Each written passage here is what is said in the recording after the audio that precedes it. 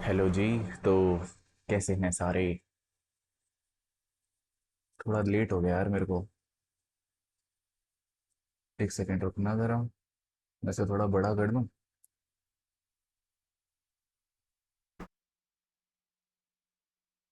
चलो छोटा रहने देते हैं। हाँ। तो हेलो जी, तो कैसे हो सारे? This is Pushkar Srivastava. बहुत ही रैंडम सा मेरा इंट्रोडक्शन। तो रात के बज रहे हैं 3:45 या सुबह के बज रहे हैं 3:45।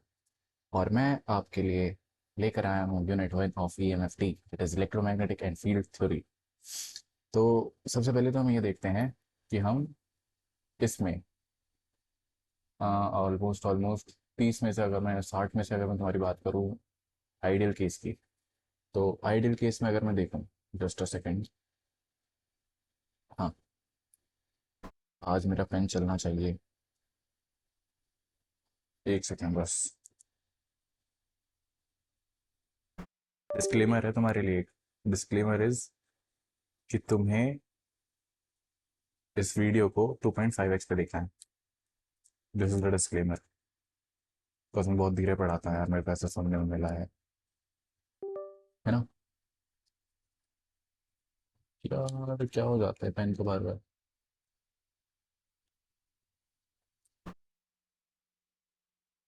ओके, तो सब सॉर्ट है। हाँ।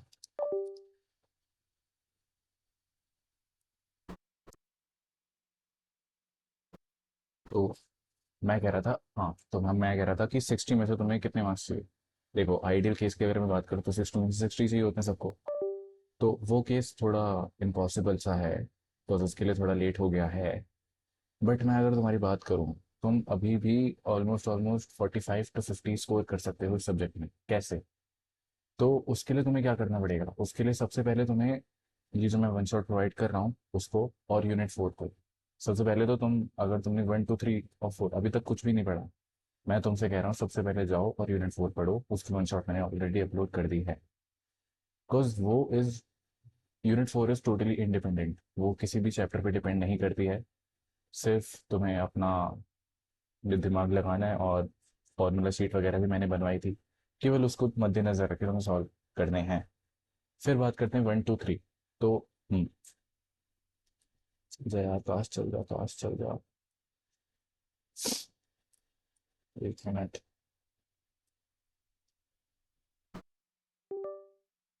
चल जा, चल जा।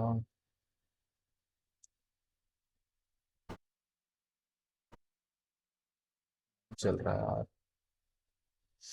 चलो ठीक है, कोई नहीं, ऐसे ही पढ़ाते हैं फिर। चलो यार, एक ये वाली बात मैं बातचीत बाद में करूँगा, पहले हम पढ़ लेते हैं। या अगर मैं तुम्हें सीधी सीधी सरल भाषा में समझाऊं तो मैं ये कहना चाह रहा था कि वन में सबसे इंपॉर्टेंट टॉपिक है। वन में सबसे इंपॉर्टेंट नोट्स बनाओ, उसमें लिखो वन में सबसे इंपॉर्टेंट टॉपिक इज, पहले तुम्हें कन्वर्जन आनी चाहिए। कन्वर्जन किसके? वेक्टर के कन्वर्जन। उसके बाद वेक्टर एनालिसिस आना चाहिए, दैट इज ग्रेडियंट, डाइवर्जेंस और कर्ल, ये सब आने चाहिए। फिर उसके बाद स्टोक्स थ्योरम और डाइवर्जेंस थ्योरम, ये तो उसमें इंक्लूडेड हो जाती है। उसके बाद last topic is Laplacian operator की नॉलेज होनी चाहिए तुम्हें। फिर अगर हम उसके बाद बढ़ें तो ये हमारा आधा पार्ट यूनिट का खत्म हो जाता है। उसके बाद अगर मैं तुमसे बात करूं, इनफैक्ट आधा मेन, हाँ आधा खत्म हो जाता है।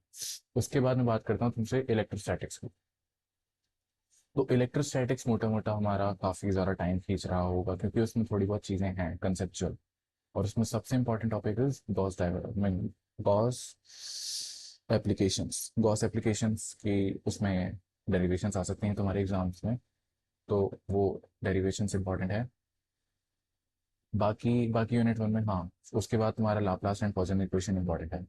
तो ये चीज़ें हैं तुम्हारी यूनिट 1 में। तो मोटा मोटी अगर मैं कहूँ तो यूनिट 1 में सबसे पहले तुम्हारा क्या होगा? Conversion of vectors. फिर second topic is vector analysis, जिसमें तुम्हारा ग्रेडियंट, डाइवर्जेंस, पोल वगैरह ये सब।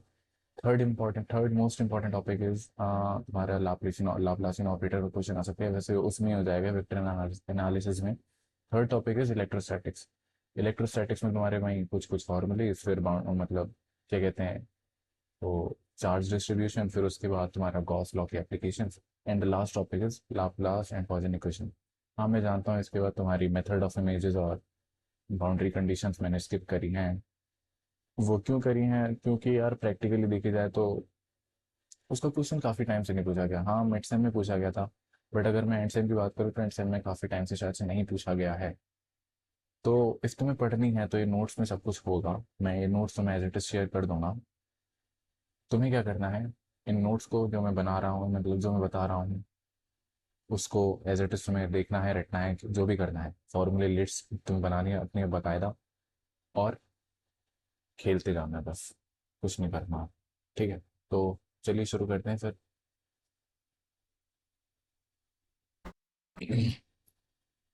पहला topic is vector vector I mean vector conversion.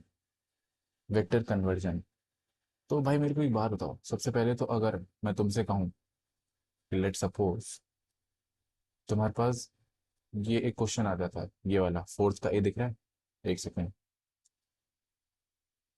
Fourth का ए क्वेश्चन कन्वर्ट, या फिर इससे पहले एक क्वेश्चन ये वाला, एक सेकेंड बस, एक सेकेंड, एक सेकेंड, ये वाला क्वेश्चन, ये point on Cartesian coordinate system is represented as this, express its position in cylindrical coordinates, ये वाला क्वेश्चन। तो ऐसे क्वेश्चन जिसमें तुम्हें कार्टेशियन कोऑर्डिनेट से सिलेंड्रिकल या स्फेरिकल में बनाना होता है, तो उसके लिए डायरेक्ट फॉर्मूलेज हैं। तो मैं तुमसे कह रहा हूँ कि कि अपनी कॉपी पेन निकालो, और उसमें मच्छर बहुत काट रहे हैं यार रात में तो। हाँ, तो कॉपी पेन निकालो, उसमें क्या करना है, जो फॉर्मूलेज मैं लिखवा रहा हूँ उस फॉर्मूलेज को एज इट इज नोट करते जाना है, और कुछ नहीं करना है। तो ठीक है, तो पहले कुछ फॉर्मूलेज देख लेते हैं। लेट, ये क्वेश्चन है तुम्हारा, a point on Cartesian coordinate system is this, express its position in cylindrical coordinates, मतलब ये कार्टेशियन पे कोऑर्डिनेट्स हैं, इसको हमें सिलेंड्रिकल पे रिप्रेजेंट करना है। और ये देख रहे हो तुम, 7 मार्क्स का है। ये 7 मार्क्स का नहीं, 3 मार्क्स का भी नहीं बन रहा है, शायद से 4 मार्क्स का भी नहीं बन रहा है। तो सबसे पहले इसकी बात करते हैं। तो तुम्हारा जो एक्स होता है, रुक जाओ मैं बता रहा हूँ, पहले लिखो, X equals to rho cos phi, Y equals to rho sine phi. फिर फाइव जो होता है, आई मीन रो जो होता है, वो होता है तुम्हारा under root X square plus Y square, और फाइव होता है तुम्हारा tan inverse Y by X, that's it. तो अभी, और हाँ, एक एक इंपॉर्टेंट बात, जेड, जेड तुम्हारा कार्टेशियन में और सिलेंड्रिकल दोनों में सेम रहता है, जेड में कोई चेंज नहीं आता है। अब लेट सपोज मैं इस क्वेश्चन की बात करूं, इस क्वेश्चन की अगर मैं बात करूं, तो इसमें तुम्हारा कार्टेशियन कोऑर्डिनेट्स में गिवन है, ये एक्स है, ये वाई है, और ये जेड है। तुम्हें सिलेंड्रिकल चाहिए। सिलेंड्रिकल मतलब रो, फाई और जेड। तो जेड तो सीधा सीधा -1 हो जाएगा, तो तुम्हें चाहिए रो और फाई। तो रो का फॉर्मूला क्या था, मैंने अभी बताया था, under root X square plus Y square. और फाई का फॉर्मूला क्या था, tan inverse Y by X. मैंने इसी क्वेश्चन को सॉल्व कर दिया है आगे इसी प्रकार। ये कोऑर्डिनेट से -2 -2 4 -1 in Cartesian. Now X Y Z हमारे हैं -2 4 -1। यार मेरी मजबूरी है यार, पेन नहीं चल रहा, मेरी गलती नहीं। मैं चला के देख रहा हूँ, चल ही नहीं रहा, पता नहीं। तो चल गया, चल गया, चल गया, चल गया, चल गया ये बात प्लीज। हाँ, तो मैं, तुम इस पे क्वेश्चन पे ध्यान दो, मैं बस 1 मिनट में तुम्हारा ट्राई करता हूँ बस। हाँ, चल गया। तो ये तुम्हारा कार्टेशियन में था। अब X Y Z, X Y Z मतलब ये तुम्हारा एक्स हो जाएगा, ये वाई और ये जेड, ठीक है। हमें क्या निकालना है, रो फाई जेड। तो रो कैसे निकले, under root X square plus Y square, that is under root 20 आ जाएगा। फिर फाई आ जाएगा तुम्हारा tan inverse of X Y by X, okay. तो tan inverse Y by X मतलब टेन इनवर्स 4/-2। अब ये वैल्यू आई। अब तुम साइंटिफिक कैलकुलेटर में अगर तुम इसे सॉल्व करने जाओगे, वो तुम्हें कुछ डिग्रीज में वैल्यू दिखाएगा। तुम्हें सबसे पहले कुछ नहीं करना, अपना दिमाग फालतू का नहीं लगाना, तुम्हें सबसे पहले उसके मोड में जाके उसको रेडियन में चेंज करना है, ताकि तुम्हारा आंसर लेजिट आंसर आए। ठीक है, ये मैंने थोड़ा अधूरा छोड़ दिया है, लेकिन इसकी वैल्यूज, ये रूट 20 आएगी, और इसकी टेन इनवर्स -2 कुछ ऑलमोस्ट ऑलमोस्ट कुछ 1 के समथिंग आ रही होगी। तो इसका आंसर तुम निकाल लोगे, या मैं तुम्हें बता दूं इसका आंसर, रुक जाओ एक सेकेंड बस, एक सेकेंड बस, टेन इनवर्स, तुम स्किप कर दो, ऐसी कोई बात नहीं है।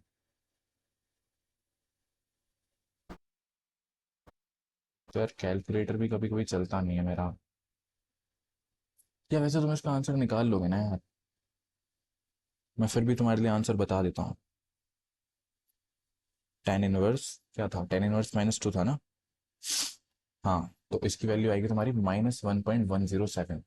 तो देख रहे हो तुम, रो तुम्हारा आ गया √20।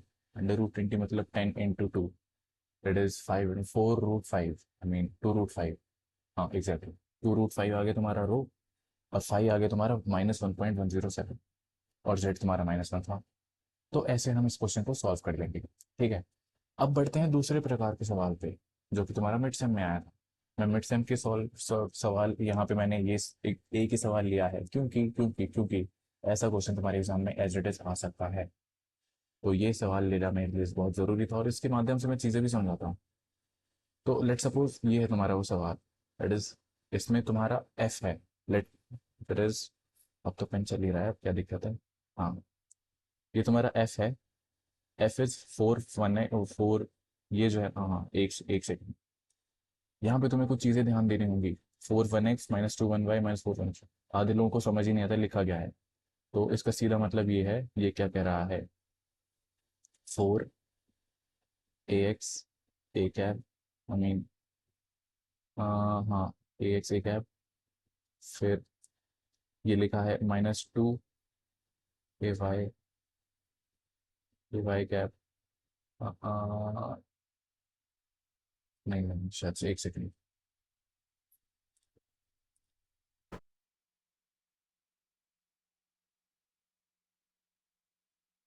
एक सेकंड।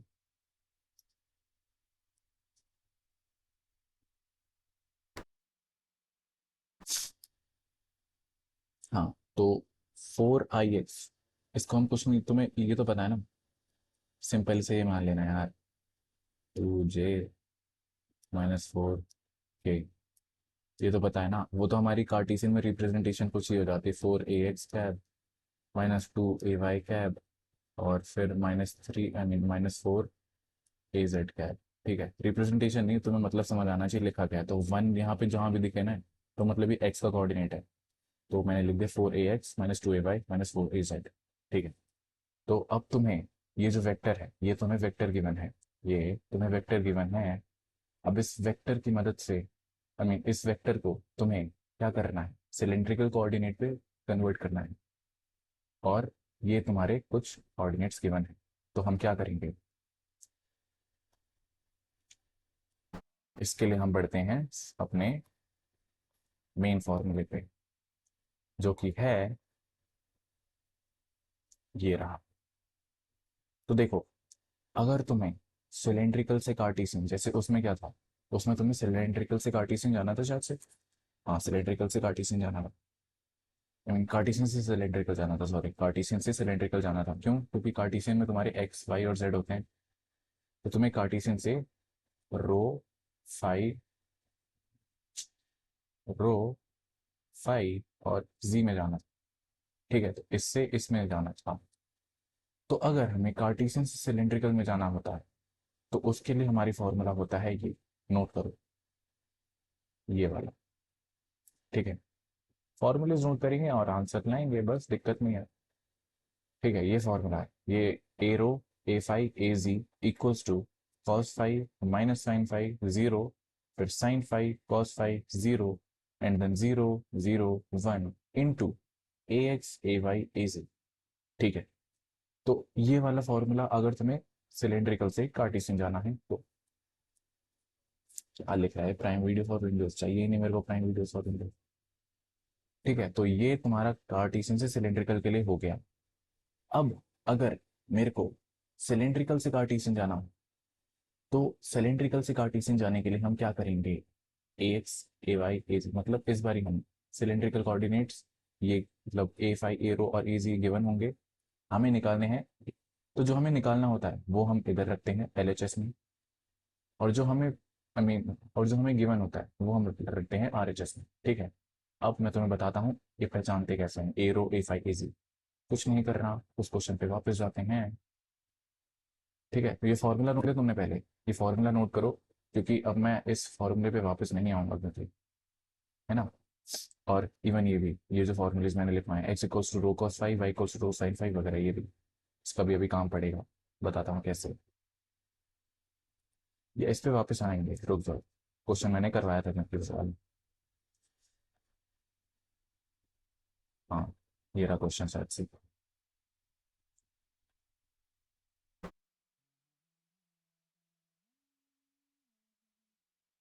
तो ये है हमारा f(4)(1)x और ये 2(1)y minus 4(1)z located at this. Question मैंने पहले से ही सॉल्व करके रखा है ताकि हमारी कोई टाइम खोटी ना हो। ठीक है, तो ये अब देखो, अब तुम्हें कैसे पहचानना है ax ay az। ये जो होगा ये हमारा होगा ax, ये जो होगा हमारा होगा ay, ये जो होगा हमारा az। ठीक है, कुछ नहीं। ओके। अब ये जो है लोकेटेड एट ए, ये जो है ये तुम्हारे कोऑर्डिनेट्स हैं इन कार्टेशियन। ठीक है, तो अब हमें इसको क्या करना पड़ेगा, हमें इससे रो और फाई निकालना पड़ेगा। क्यों निकालते हैं भाई रो और फाई? क्योंकि तुम देख रहे हो उस मैट्रिक्स में तुम्हारा कॉस फाई यूज हो रहा था, कॉस फाई यूज हो रहा था ना उसमें, तो इसलिए हम कॉस फाई का यूज करते हैं इसमें, मतलब इसलिए हम इसमें फाई निकालते हैं। वैसे कॉस फाई भी डायरेक्ट निकलेगा, अभी तुम्हें पता लगेगा कैसे। तो हमारा रो था हमारा अंडर रूट x² + 5 हमने सीधा निकाल लिया, ये हो गया हमारा √13। ओके। सिमिलरली हमारा फाई आ गया कुछ ये। अब हमने रो और फाई निकाल लिया। अब देखो, मेरे को पता है ये अगर मैं फाई ना भी निकालूं ना तो भी मेरा कॉज, मेरे को खेलना तो कॉस फाई और साइन फाई से अल्टीमेटली। मेरे को वैल्यू तो इन दोनों की चाहिए ना, इन दोनों की चाहिए ना वैल्यू। तो बस इसकी वैल्यू निकालते हैं। तो देखो तुम्हें पता है x/रो equals to cos phi. Cos मैंने क्या लिखा था, x equals to rho cos phi था, x equals to rho cos phi था। Similarly y equals to rho sine phi था। तो x/रो कितना हो गया कॉस फाई, और y/रो कितना हो गया साइन फाई। तो अब रो हमने निकाल लिया था, रो कितना था 13 अंडर रूट 13, और x हमें गिवन था, ये रहा x 2। 2/√13 आ गया हमारा कॉस फाई, फिर 3/√13 आ गया हमारा साइन फाई। ठीक है, अब हमें क्या करना है, अब हमें कुछ नहीं करना है, अब हमें सीधा उठा के वैल्यूज रख देनी है। कॉस फाई की वैल्यू ये रही, साइन फाई ये रही, 0 0, फिर minus sine phi cos phi. ठीक है।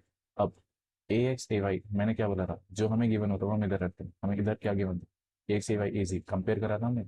ये था हमारा ए एक्स, ये हमारा ए वाई, ये हमारा ए जेड। बस किसी को उठा के एज इट इज यहाँ रखना, 4 - 2 - 4। तो ये मैट्रिक्स हम सॉल्व करेंगे।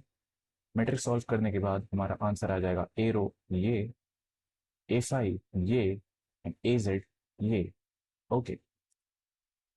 तो आंसर हमारा आ चुका है ए रो। अब तुम्हें थोड़ा सजा के लिखना है बिकॉज मैंने इनकम्प्लीट लिखा है शायद से, तो तुम लिख देना वेक्टर फॉर्म में, दैट इज 2/√13।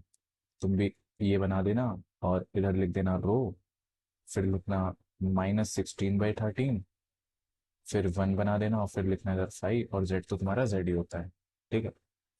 और अगर तुम्हें ज़्यादा अच्छे से बनाना हो तो एट पॉइंट्स, मतलब जो पॉइंट्स तुम्हें कार्टेशियन में गिवन थे वो तुम सिलेंड्रिकल में कन्वर्ट कर दोगे। कैसे, तो मैंने तुम्हें अभी बताया था। या कैट वो ऑलरेडी तुम्हारी कन्वर्ट भी हो गई, रो तुम्हारा पता ही लग गया √13 था, और फाइव तुम्हारा पता लग गया 0.98। तो ये जो तुम्हारा वेक्टर आया, ये जो वेक्टर तुम्हारा आया, इसको रिप्रेजेंट कर देना at this coordinates, that is rho, 5, Z. ठीक है, कुछ दिमाग नहीं लगाना अपना, सिंपल अपने खेलना है। बस तुम्हें ये वाला फॉर्मूला याद रहना चाहिए, दैट इज। ठीक है। तो मैंने एक सवाल तुम्हारा हल करवा दिया है। अब तुम क्या करना, अब तुम सेम एग्जांपल लेना, और और देखना कि तुम क्या कार्टेशियन आई मीन सिलेंड्रिकल से कार्टेशियन बना पा रहे हो, क्योंकि उसके लिए मैट्रिक्स का फॉर्मूला अलग होता है। तुम्हें कुछ दिमाग नहीं लगाना। अगर तुम्हारा सिलेंड्रिकल से कार्टेशियन पूछ रहे हैं तो साइन माइनस का यहाँ होगा, कार्टेशियन से सिलेंड्रिकल पूछ रहा है तो साइन माइनस का यहाँ हो।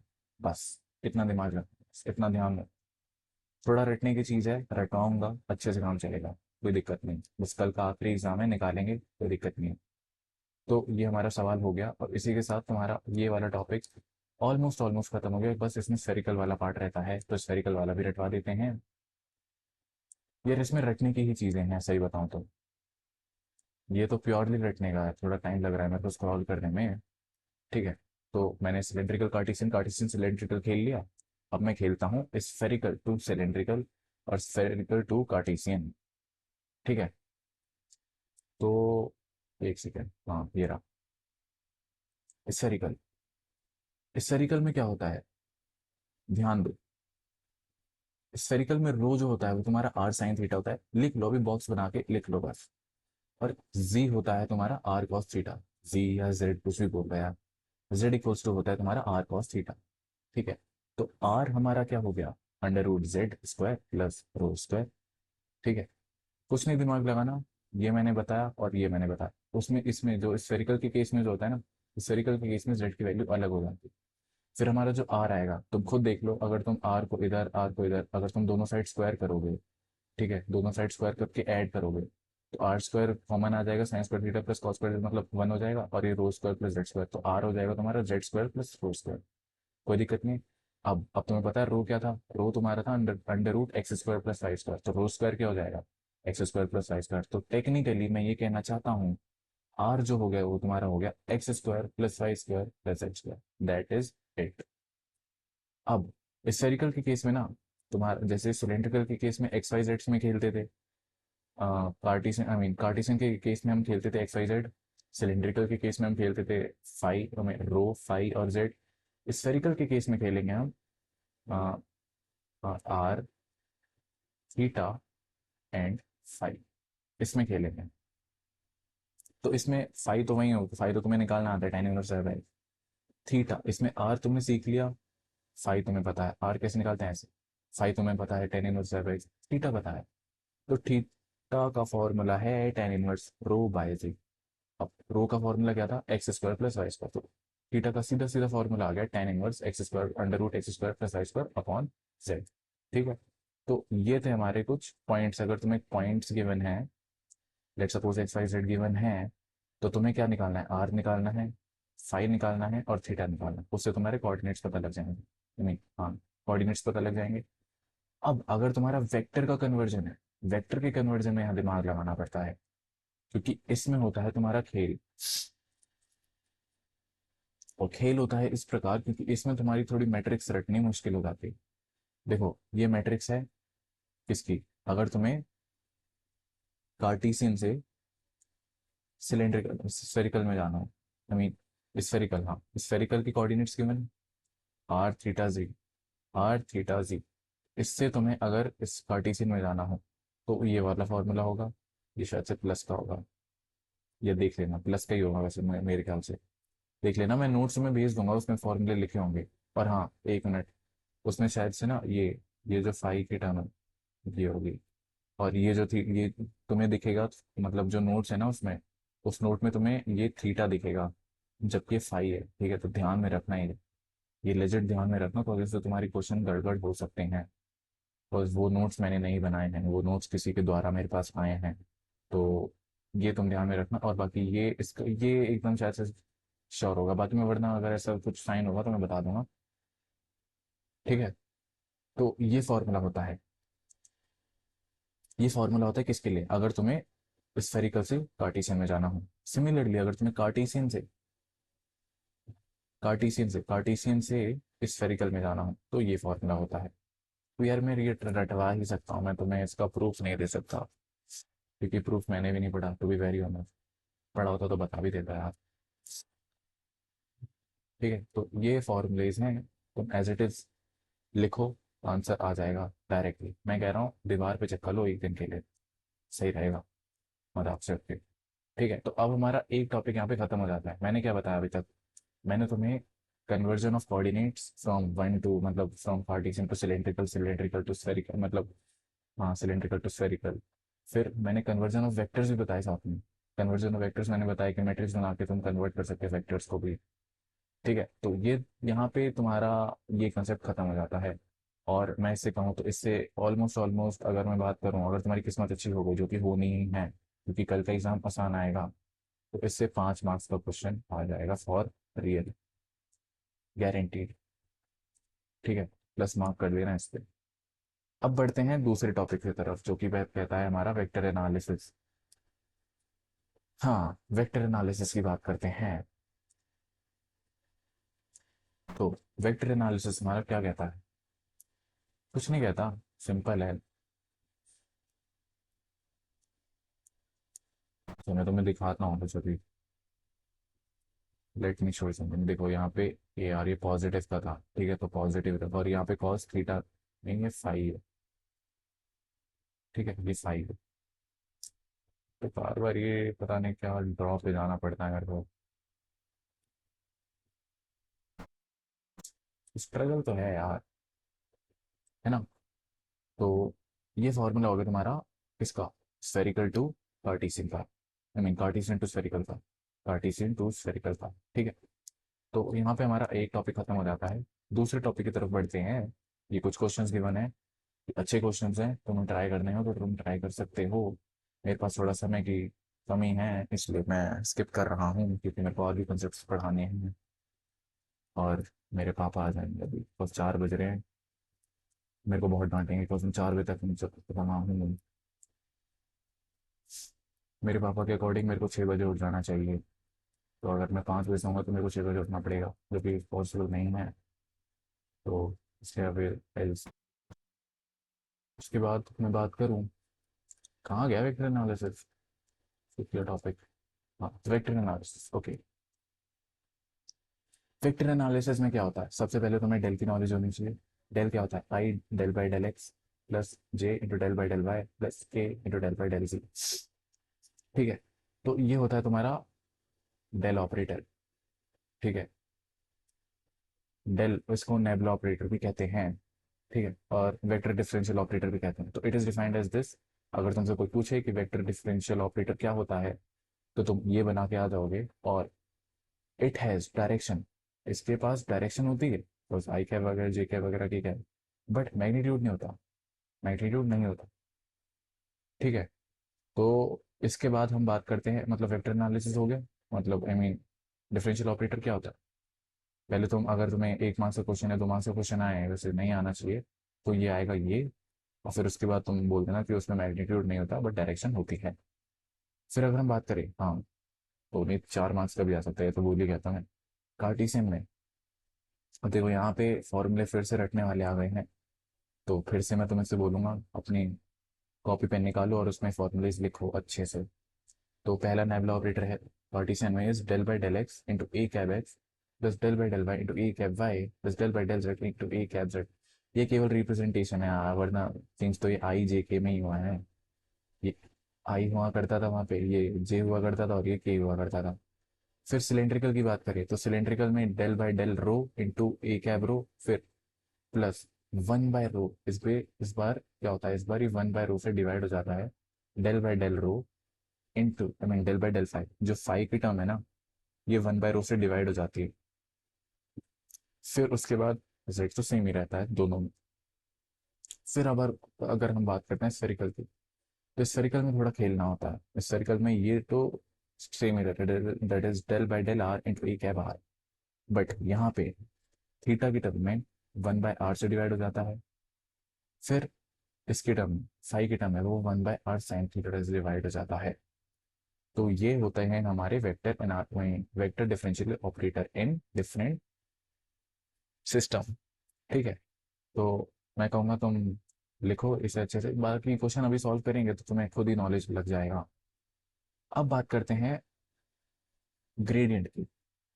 ग्रेडियंट क्या होता है, gradient it represents the rate of change. ये बताता है कि कितनी तेजी से हमारा वेक्टर चेंज हो रहा है।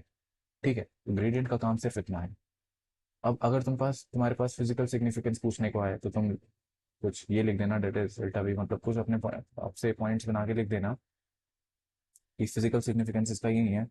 ये जो बताता है रेट ऑफ चेंज बताता है, कुछ नहीं बताता। और ये बताता है that is delta V points in the direction of maximum rate of change in and delta V is normal to constant value surface to given point, है ना। तो ये उसका फिजिकल सिग्निफिकेंस हो गया। ठीक है, फिजिकल सिग्निफिकेंस तुम्हारा आ सकता है 2 से 3 नंबर का आ सकता है, तो तुम्हें पहले पॉइंट ये लिखना है, दूसरा पॉइंट ये लिखना है, तीसरा पॉइंट ये लिखना है, सॉर्टेड।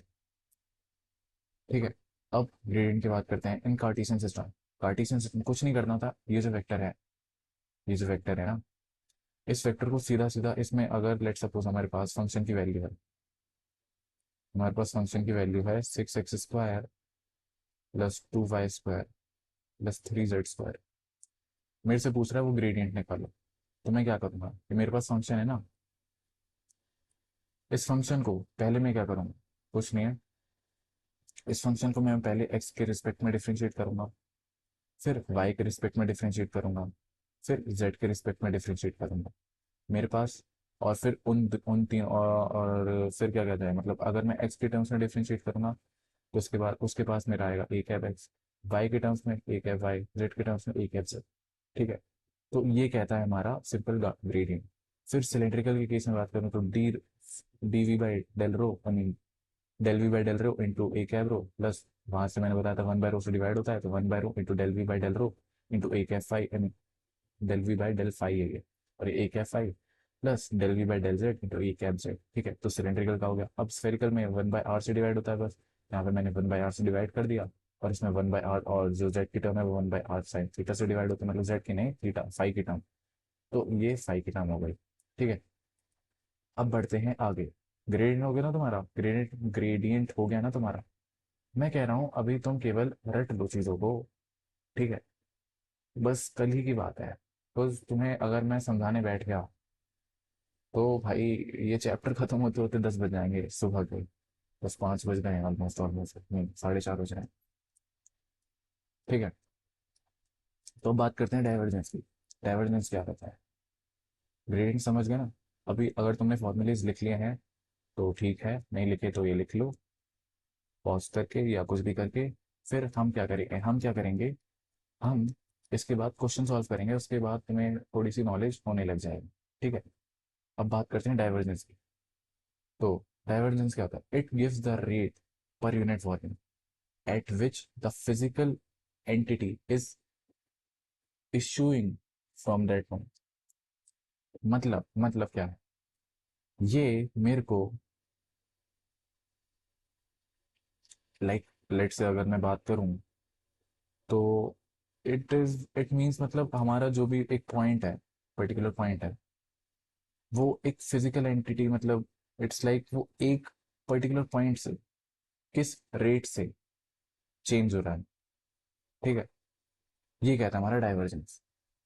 या बेसिकली डेफिनेशन लिखी भी पड़ी है यहाँ पे, it gives the rate per unit volume. मैं शायद से समझा नहीं पा रहा हूँ तुम्हें, मोस्ट प्रोबेबली मेरे को भी ये लग रहा है मैं समझा नहीं पा रहा हूँ तुम्हें। तो तुम्हें कुछ नहीं करना है, डेरिवेशन डेफिनेशन तुम्हारे सामने लिखी है, बस बढ़िया है। It gives the rate per unit volume at which the physical entity is issuing from that point. ठीक है, अच्छा ये एक पॉइंट हो गया तुम्हारा, ये तुम्हारा फिजिकल सिग्निफिकेंस हुआ। फिजिकल सिग्निफिकेंस मैं कहूंगा तुम रट के ही गाना, तो तुम अपनी लैंग्वेज में बना के जाओगे ना तो तुम कुछ भी लिख दोगे, उसमें तुमको मार्क्स नहीं मिल रहे होंगे। ठीक है, तो ये फिजिकल सिग्निफिकेंस है, और मैं तुम्हें फिजिकल सिग्निफिकेंस रटवा रहा हूँ। फिर उसके बाद मैं दूसरी बात करूँ, डाइवर्जेंस का दूसरा इंपॉर्टेंट चीज इज वेक्टर हमारा डाइवर्जेंस लेस और सॉलिनॉइड होता है अगर तुम्हारा, अच्छा ये बाद में बात करते हैं। हाँ, जैसे सोलिनॉइड का केस होता है, वो कितना जल्दी वो, मतलब जा रहा होता है एक पॉइंट, ये लेट सपोज अगर ये पॉइंट है, वो it means the physical entity is issuing from that point.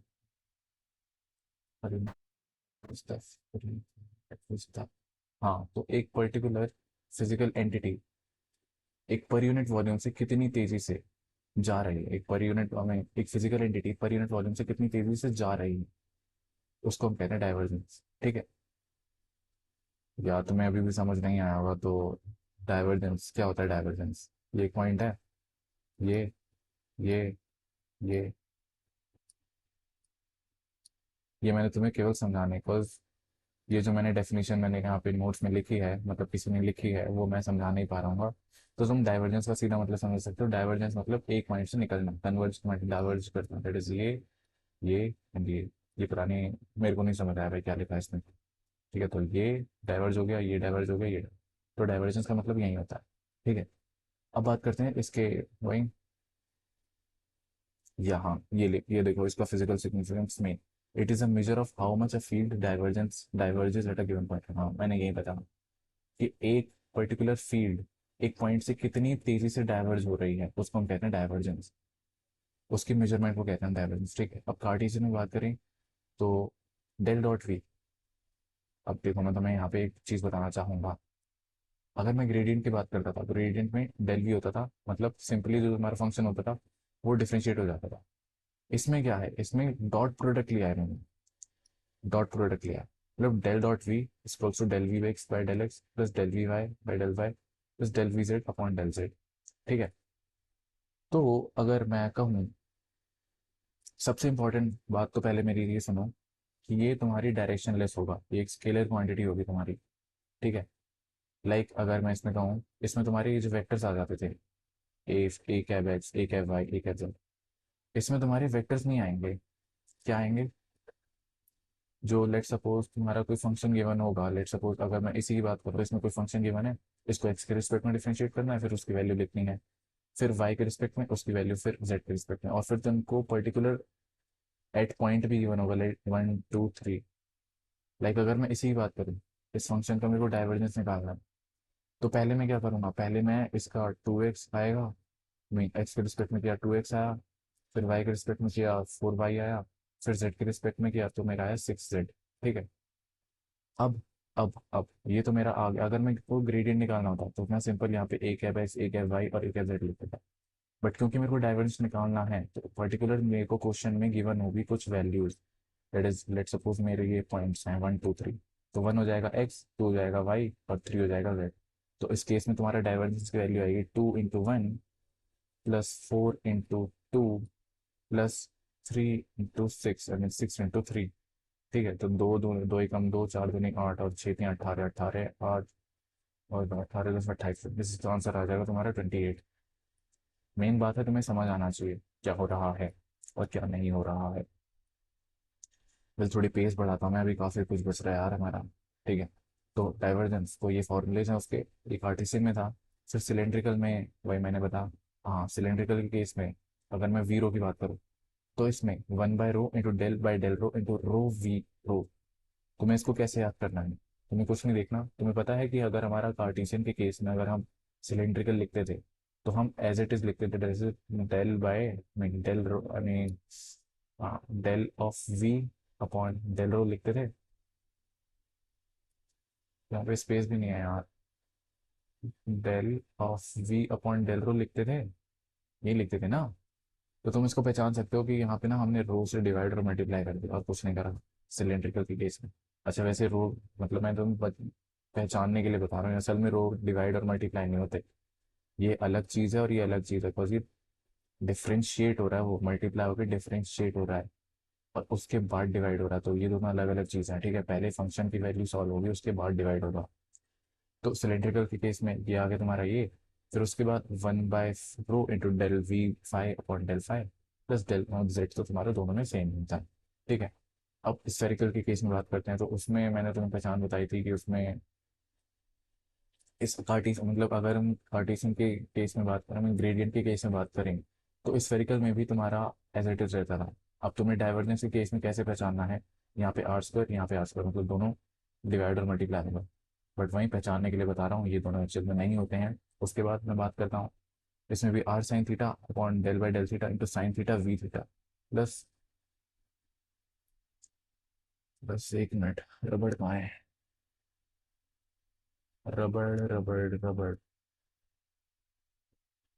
हाँ। इसमें क्या था, 1/r sin theta into del by del theta into sine theta V theta. ठीक है। और साइन थीटा वहाँ पे कौन सी टर्म थी, केवल 1/r इंटू del V theta upon del theta थी। हमने साइन थीटा से डिवाइड और मल्टीप्लाई कर दिया। फिर लास्ट केस में हमारा जेड इज मतलब फाइव का case is 1/r sin theta del V phi upon del phi, बस और कुछ नहीं। ठीक है। ये तुम्हें रटने से ही आएंगे यार, मतलब रटने से नहीं आएंगे, बट तुम रट लोगे जितना जल्दी उतना ज़्यादा सही रहेगा तुम्हारे लिए।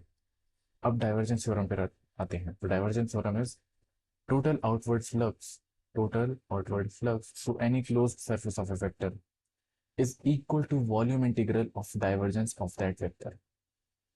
मतलब जितने भी तुम्हारी क्लोज्ड सरफेस से फ्लक्स जा रही है, क्लोज्ड सरफेस, लेट सपोज ये एक क्लोज्ड सरफेस है, इससे तुम्हारी जितनी भी फ्लक्स जा रही आउटवर्ड हो रही है, वो किसके इक्वल होगी? वो इक्वल होगी तुम्हारी डाइवर्जेंस के वॉल्यूम इंटीग्रल के। इससे तुम्हारी कोई भी फ्लक्स जारी होगी, लेट सपोज कोई भी फ्लक्स जारी है, तो ये किसके इक्वल होगी? ये पर्टिकुलरली वॉल्यूम इंटीग्रल होगी इस फंक्शन का, आई मीन इस फ्लक्स का वो डाइवर्जेंस। तो मतलब इसमें से जितनी फ्लक्स जा रही है सरफेस में से, वो इक्वल होगी तुम्हारा direct and volume integral of that divergence. तो ये रहा इसका mathematical term, that is A into D S equals to del dot A D V. बस डाइवर्जेंस थ्योरम हमारी इतनी ही कहती है। फिर उसके बाद में बात करूँ कर्ल की, तो कर्ल क्या होता है? हाँ, कर्ल का मतलब पता है मेरे को।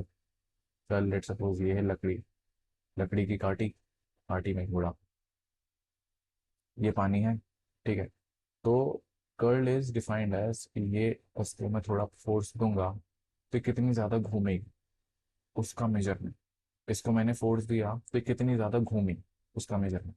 That is, it is a measure of how much a field curled और how much a field curled और रोटेट, मतलब कर्ल्ड और रोटेट अराउंड अ पॉइंट। मतलब अगर मैं इसको थोड़ा सा फील्ड दी, मतलब इलेक्ट्रिक फील्ड इस पे आई, तो वो कितना ज़्यादा रोटेट होगा, उसकी मेजरमेंट को कहते हैं हम कर्व। अब कर्व निकालने का फॉर्मूला सिंपल सा है, कुछ नहीं करना, कार्टेशियन में simple, A cap X A cap Y A cap Z cos cross product है, इट इज क्रॉस प्रोडक्ट। तो क्रॉस प्रोडक्ट की वैल्यूज हमें हमेशा ऐसे ही निकालनी चाहिए। तो ए कैप एक्स मतलब इसको तुम आई वाई आई जे के से भी लिख सकते हो, बट कार्टेशियन में ए X A Y A Z चलता है, तो रेफरेंस के लिए तुम आई जे के मान सकते हो, बट ऐसे ही लिखते हैं। तो del by del X del by del Y del by del Z upon V X, I mean इसके नीचे, अपॉन नहीं इसके नीचे, V X V Y V Z, ठीक है। तो कार्टेशियन के केस में ये हो गया, कुछ नहीं करना, ए एक्स का तुम्हारा क्या आएगा, अभी तुम्हारा क्रॉस प्रोडक्ट है तो उसकी वेक्टर्स तुम्हारे आएंगे। तो ए एक्स तुम्हारा, अब मैं इतना अज्यूम करता हूँ कि तुम्हें वेक्टर मल्टीप्लिकेशन आती होगी, ए एक्स के साथ मल्टीप्लाई होगा तुम्हारा del Y del upon del Y into V Z. मतलब वी से मतलब जो फंक्शन होगा ना, लेट्स सपोज तुम्हारे पास कोई भी फंक्शन है, वो डिफरेंशिएट होगा तुम्हारा विद रिस्पेक्ट टू वाई, जो भी तुम्हारा फंक्शन उसके रिस्पेक्ट में डिफरेंशिएट होगा, फिर उसमें जेड की वैल्यू रख दी जाएगी, ठीक है। फिर उसके बाद ये होगा, मतलब क्या कहते हैं, मतलब दिस इंटू दिस करेंगे, फिर माइनस करेंगे दिस इंटू दिस, ठीक है। वो हो जाएगी तुम्हारी ए कैप एक्स की टर्म। फिर सिमिलरली इस ए कैप वाई के लिए निकालने के लिए हम इसको और इसको छुपा देंगे, फिर del del by del X into this, del by del Z into this minus करके। तो ये ऐसे हमारा कार्टेशियन के केस में डेल बाई डेल क्रॉस भी आ जाएगा। फिर सिलेंड्रिकल के केस में बात करो तो हम इसमें वन बाय रो से डिवाइड करते हैं, इसका क्वेश्चन आएगा भी, ध्यान रखना। वन बाय रो से डिवाइड करते हैं तो A cap row, row A cap five और ए जी, इसमें वन बाय रो से डिवाइड किया, बट यहाँ पे हमने रो से मल्टीप्लाई भी किया है, ध्यान रखना है। फिर del by del rho del by del phi, फिर डेल बाय डेल जेड, फिर वी रो वी फाइव और वी जेड। ये फॉर्मूलेज तुम, मैं कहूँगा यार तुम्हें रटने ही पड़ेंगे, बिकॉज मेरे पास इसका और कोई चारा नहीं है। मैं पांचवी छठी बार बोल रहा हूँ शायद से बात। फिर उसके बाद अगर मैं स्फेरिकल की बात करूँ तो one by R square sine theta, A cap R A cap theta, फिर R sine theta A cap phi. तो डेल बाय डेल आर ये तो सेम ही होना है, फिर V R V theta into R sine V, R sine theta V theta V phi into theta, ठीक है। फिर स्टोक्स थ्योरम की बात करते हैं। तो स्टोक्स थ्योरम सिंपल तुम्हारा ये कहता है that is circulation of a vector in a closed path is equal to surface integral of that vector bounded by that closed loop, ठीक है। मतलब इसका मैथमेटिकल टर्म में ये है, that is I mean line integral of A dot D L equals to surface integral of curl है, ये curl है, तो ये क्रॉस प्रोडक्ट होगा del cross A D S, मतलब इसका line integral equals to surface integral का cross product. हाँ, शक्ति खत्म हो रही है यार मेरी अब। A vector is said to be conservative और इरोटेशनल, अगर तुम्हारा ये मतलब अगर तुम्हें क्वेश्चन में डेल क्रॉस ए तुम्हारा जीरो गिवन है, तो तुम्हें सीधा मतलब समझ जाना है कि उसके केस में, आई मीन कि उसके केस में वो तुम्हारा कंजर्वेटिव या इरोटेशनल है। वाइस वर्सा अगर मैं कहना चाहूँ, अगर तुम्हारा वेक्टर तुम्हारा इरोटेशनल और कंजर्वेटिव है तो तुम सीधा समझ लेना कि condition is del cross A equals to zero है, दैट्स इट। फिर बात करते हैं हम अपने लास्ट टॉपिक पे, जो कि है लाप्लासियन ऑपरेटर। लाप्लासियन ऑपरेटर कुछ नहीं कहता, बस तुम्हें सेकंड डेरिवेटिव निकालना है, दैट इज डेल तुमने निकाल लिया ना, डेल ये नहीं होता, नेबुला ये होता, ये नहीं होता, ये तुमने निकाल लिया था, बस इसका स्क्वायर कर दो, वो हो जाएगा तुम्हारा सेकंड डेरिवेटिव। अब इसकी कंडीशन होती है, लाइक ग्रेडियंट के केस में, अगर तुमने पहले क्या करा, तुमने पहले पर्टिकुलर फंक्शन से उसका ग्रेडियंट निकाला, फिर अगर तुम ग्रेडियंट, अब ग्रेडियंट की भी डायरेक्शन होती है, ग्रेडियंट की डायरेक्शन होती है ना, तो तुम उसका अगर तुम डाइवर्जेंस निकाल रहे हो, बिकॉज डाइवर्जेंस किसकी निकलती है, जिसकी डायरेक्शन होती है।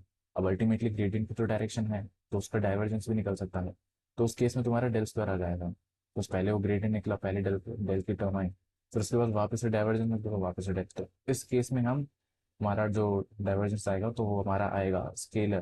तो डाइवर्जेंस क्या होता है, स्केलर वैल्यू देता है वो, उसके डायरेक्शन नहीं होती। तो डाइवर्जेंस के केस में मतलब अगर हम ग्रेडियंट से डाइवर्जेंस निकाल रहे हैं तो हमारा लाप्लासियन ऑपरेटर आएगा स्केलर। ठीक है। तो उसी स्केलर लाप्लासियन ऑपरेटर तक ही स्टिक रहते हैं, क्योंकि वेक्टर वाला नहीं आएगा। ये आएगा भी तो बहुत मुश्किल आता है, आ रही जनरली बहुत मुश्किल आता है।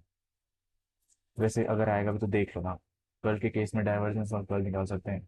तो अब कर्ल के केस में भी अगर हम कर्ल निकालेंगे, तो हमने निकाली वेक्टर लाप्लासियन ऑपरेटर, तो vector Laplacian operator is this. अब डाइवर्जेंस के केस में अगर हम वापस से निकालना चाहे वो नहीं निकाल सकते, क्योंकि स्केलर है। अब स्केलर को हम कुछ नहीं कर सकते, तो स्केलर में क्या ही होगा। लेकिन हम क्योंकि इसमें हम ला ऑपरेटर भी ये ला तभी आता है जब हमारा वो क्या कहते हैं, डेल की टर्म मतलब वेक्टर में गिवन था। ठीक है, बिकॉज वेक्टर डिफरेंशिएटर है, इसलिए ये टर्म होनी ही चाहिए। तो अब उसके बाद हम चीज़ें रखते हैं थोड़ी। Laplacian operator that is del square we equals del square V upon, ये रट लेना तुम। फिर सिमिलरली ये भी रट लेना और ये भी रट लेना है। देखो मैं क्या हो रहा है, मेरी भी मजबूरी है, मैं कुछ नहीं कर सकता, बस मैंने भी रटी हैं ये चीज़ें। I don't have any solution on that. इस होते तो मैं ज़रूर बता रहा तुम्हें। बाकी मैं तुम्हारे लिए वेट कर ले रहा हूँ ताकि तुम जब तक नोट कर लो, और कुछ नहीं कर सकते तुम, है ना। उसके बाद क्वेश्चन करते हैं। Determine the unit vector normal to the surface. अब लेट सपोज तुम्हारे पास ये फंक्शन गिवन है और ये उसके कोऑर्डिनेट्स। अगर अगर अगर तुमसे बोला गया है यूनिट वेक्टर नॉर्मल, तो मतलब हमें ग्रेडियंट निकालना है। मैंने तुम्हें क्वेश्चन इसलिए करा रहा हूँ ताकि तुम्हें पता लगे कि कब कहाँ कैसी चीज़ें पूछी जा रही हैं। ठीक है। तो यहाँ पे अगर तुम्हें जब भी दिख जाए कि अगर तुम्हारा यूनिट वेक्टर नॉर्मल, तो तुम्हें कुछ नहीं करना, तुम्हें आग बंद करके ग्रेडियंट निकालना है फंक्शन का। तो ग्रेडियंट का फॉर्मूला तुम्हें पता है, कार्टेशियन का सिस्टम है, cos X Y Z given है। तो उस केस में हम ग्रेडियंट निकाल लेंगे, तो ग्रेडियंट निकल जाएगा। अब ग्रेडियंट निकल गया, अब क्या करना है, तुम्हें वैल्यूज गिवन है 1 3 0। सिमिलरली इस सिंपल इसको यहाँ पे उठा के यहाँ, दैट्स इट, तुम्हारा आ जाएगा ये वेक्टर फॉर्म में। ये आ गया तुम्हारा फाइनल आंसर। समझ में आया मैंने क्या करा। यूनिट वेक्टर नॉर्मल था, मतलब ये जो फंक्शन था इसका तुम्हें क्या करना था, सिंपल ग्रेडियंट निकालना था। ग्रेडियंट मतलब पहले इसको एक्स के रिस्पेक्ट में, फिर इसको वाई के, फिर इसको जेड के, तीनों को ऐड कर देंगे, जो आंसर आएगा ये। फिर उसके बाद जो हमारी वैल्यूज भी बना उसमें रख देंगे, फाइनल आंसर आ जाएगा। अगला क्वेश्चन है, explain the condition when a field is solenoid. देखो सोलेनॉइड है मतलब तुम्हारा डाइवर्जेंस होगा वो जीरो होगा। इरोटेशनल मतलब तुम्हारा कर्ल जीरो होगा। ठीक है। डाइवर्जेंस जीरो और कर्ल जीरो। मतलब अगर तुम्हें कहीं भी दिख जाए अगर सोलेनॉइड है, मतलब तुम्हें डेल डॉट वी जीरो करना है।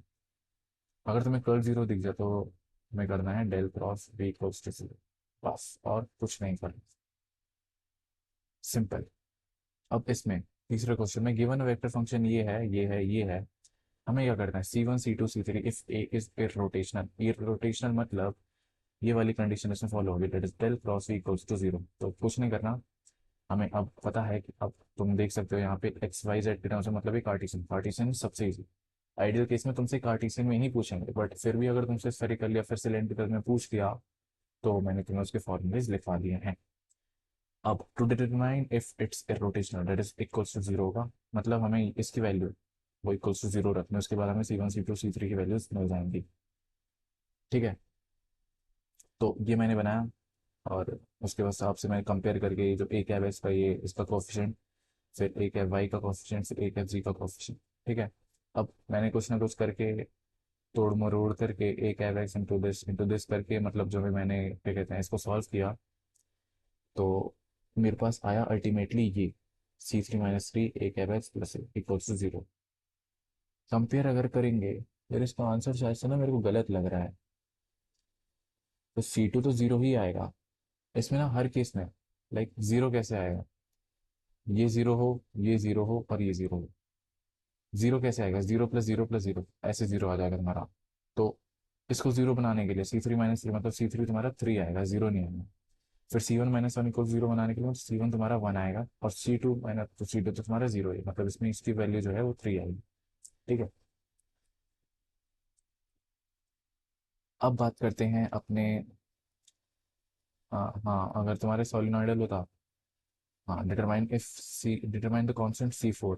अच्छा इसमें C4 भी था, आधा क्वेश्चन करा था क्या मैंने। हाँ C4, इसको भी निकालना है अगर तुम्हारा सोलिनॉइडल हो तो। हमें पता है डाइवर्जेंस का फॉर्मूला क्या होता है, ये होता है, यही होता है ना, मैंने लिखवाया था अभी। तो उसके हिसाब से हम कंपेयर करेंगे, दैट इज ए एक्स का टर्म, फिर ए वाई की टर्म, फिर ए जेड की टर्म, इसका डिफ्रेंशिएट करेंगे with respect to each and every term. तो हमारे पास आ जाएगा, हमारे पास ये जो C4 की जो टर्म है, फर्स्ट C3 हमने निकाल लिया है, C1 C2 C3 हमने निकाल लिया है। तो उससे हमारी आ जाएगी C4 की भी वैल्यू। मैं क्वेश्चन बहुत जल्दी में करवा रहा हूँ क्योंकि इस क्वेश्चन के सॉल्यूशन तुम्हारे सामने लिखे पड़े हैं, तुम्हें समझ नहीं आ रहा, you can refer to this solution. ठीक है, और इनकी राइटिंग भी अच्छी है। अब अब ये कुछ क्वेश्चंस हैं, ठीक है, लाइक ये एफ इक्वल्स टू ग्रेडियंट है, इसका हमें कर्ल निकालना है। तो ग्रेडियंट निकाल लेंगे पहले। ग्रेडियंट कैसे निकलता है, ग्रेडियंट निकालना है इसका डिफरेंशिएट करके, फिर इसका तीनों को ऐड कर देंगे, फिर तीनों का एडिशन हो जाएगा तो हमारे पास फंक्शन आ जाएगा ये।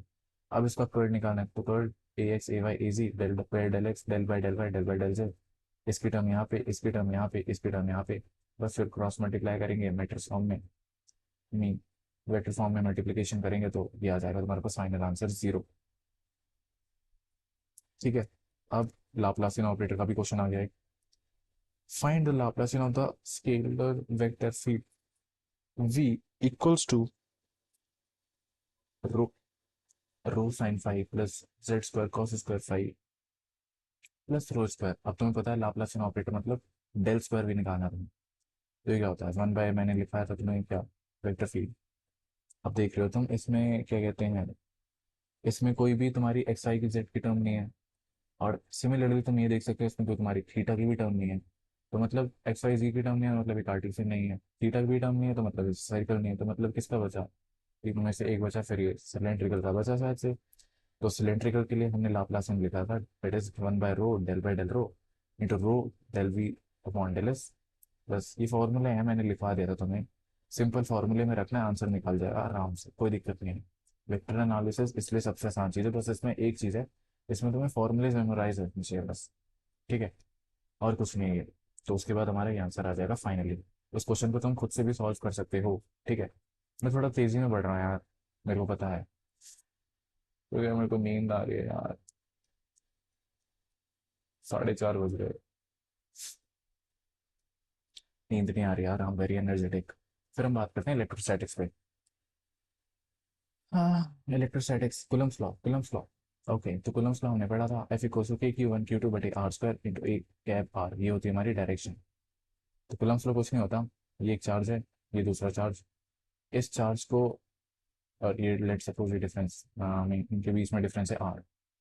तो ये इस पे कितना फोर्स लगाएगा और ये इस पे कितना फोर्स लगाएगा, that is F21 equals to minus F12 होता है, मतलब जो भी है इन दोनों के बीच में कितना फोर्स कितना लगेगा, वो तुम्हारा लगेगा K इंटू Q1, ये Q1 होगा, ये Q2 होगा, Q1 Q2 by R square, और डायरेक्शन के लिए R cap, A R cap. ठीक है, अब K की वैल्यू होती है, K की वैल्यू होती है 1/4 पाई एप्सिलॉन नॉट, है ना, 1/4 पाई एप्सिलॉन नॉट इसकी वैल्यू होती है। तो हम लिख देंगे F equals 1/4 pi epsilon not Q1 Q2 by R square, तो आर कैप, ये आर कैप। अब यहाँ पे जो ये वाली टर्म है, ये होती है तुम्हारी electric permittivity of the free space, समझ रहे हो, फ्री स्पेस। और इसकी वैल्यू कांस्टेंट होती है, जो कि होती है ये 8.85 इंटू 10⁻⁻12 फोर्स पर मीटर, फोर्स पर मीटर है क्या है ये, शायद से फराड पर मीटर होगी, पता नहीं, होगी शायद से कुछ ना कुछ। ठीक है, देख लेना तुम। और उसके बाद हम मैं बात करूँगा कि कांस्टेंट, ये जो कांस्टेंट है उसकी भी वैल्यू हमारी कांस्टेंट होती है, वो होती है 9 × 10⁻⁹ M/S। ठीक है, तो अब हम बात करते हैं इलेक्ट्रिक फील्ड। मेरे को पता है, मेरे को नहीं पता यार इसकी यूनिट क्या होती है, क्या होता है और ये क्या होता है, तो प्लीज़ कोई कुछ बोलेगा नहीं मेरे को, बिकॉज मेरे को भी नहीं पता है यार। ठीक है, अब इलेक्ट्रिक फील्ड की बात करते हैं। तो इलेक्ट्रिक फील्ड क्या होता है, force per unit charge when placed in an electric field, दस ई इक्वल्स टू, जो भी, मतलब इलेक्ट्रिक फील्ड क्या होता है यार, तो मैं आसान शब्दों में इसकी क्या बता रहा हूँ मैं तुम्हें भी। ये होता है कि अगर मैं एक, आई मीन लेट सपोज ये मेरी कुछ करेंट, मतलब ये कुछ फोर्स मेरे जा रहे हैं, और यहाँ पे मैंने एक चार्ज रखा है पॉजिटिव टेस्ट चार्ज, तो इस पे ये कितना ज़्यादा उससे डिफ्लेक्ट हो फोर्स से, तो उसको मैं कहता हूँ electric field. That is force per unit charge. ये एक पर्टिकुलर क्या है, चार्ज पर यूनिट चार्ज है, मतलब एक यूनिट मतलब पॉजिटिव टेस्ट चार्ज है, उस पर कितना ज़्यादा फोर्स लग रहा है अगर मैं उसको एक इलेक्ट्रिक फील्ड में रख देता हूँ तो वो होता है हमारा इलेक्ट्रिक फील्ड, जिसकी वैल्यू होती है E equals to Q1/4 pi epsilon R square. बस, मतलब इसकी वैल्यू अगर मैं देखूँ तो ये होता है KQ/R² होती है इसकी वैल्यू, KQ/R²। ठीक है। और डायरेक्शन के लिए तुम एक या बार लिख सकते हो। तो मैंने बात कर ली कूलम्ब्स लॉ की, फिर इलेक्ट्रिक फील्ड की बात कर ली। फिर मैं बात करता हूँ कंटिन्यूस चार्ज डिस्ट्रीब्यूशन की। तो लाइन चार्ज में जो डेंसिटी होती है, लाइन चार्ज डेंसिटी, इसका हम यूज़ करेंगे। इसका यूज़ हमारा गॉस लॉ की एप्लीकेशन में होगा। अभी थोड़ी देर की बात है, बस होने वाला है। तो शायद से तुम्हारा चैप्टर भी खत्म होने वाला है ये। ज़्यादा कुछ है नहीं इसमें, इसके बाद क्वेश्चन ही हैं बस। लाइन चार्ज डेंसिटी हमारी होती है ρL, Q = ρL dl। फिर, अच्छा एक सेकंड यार, एक सेकंड, मैंने शायद से कुछ क्वेश्चंस करवाए नहीं है, तो मैं ध्यान भी नहीं दिलाया मेरे को।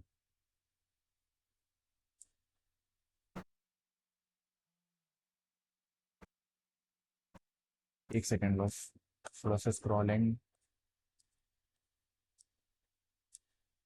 हाँ, तो ये क्वेश्चन मैंने करवा दिया था।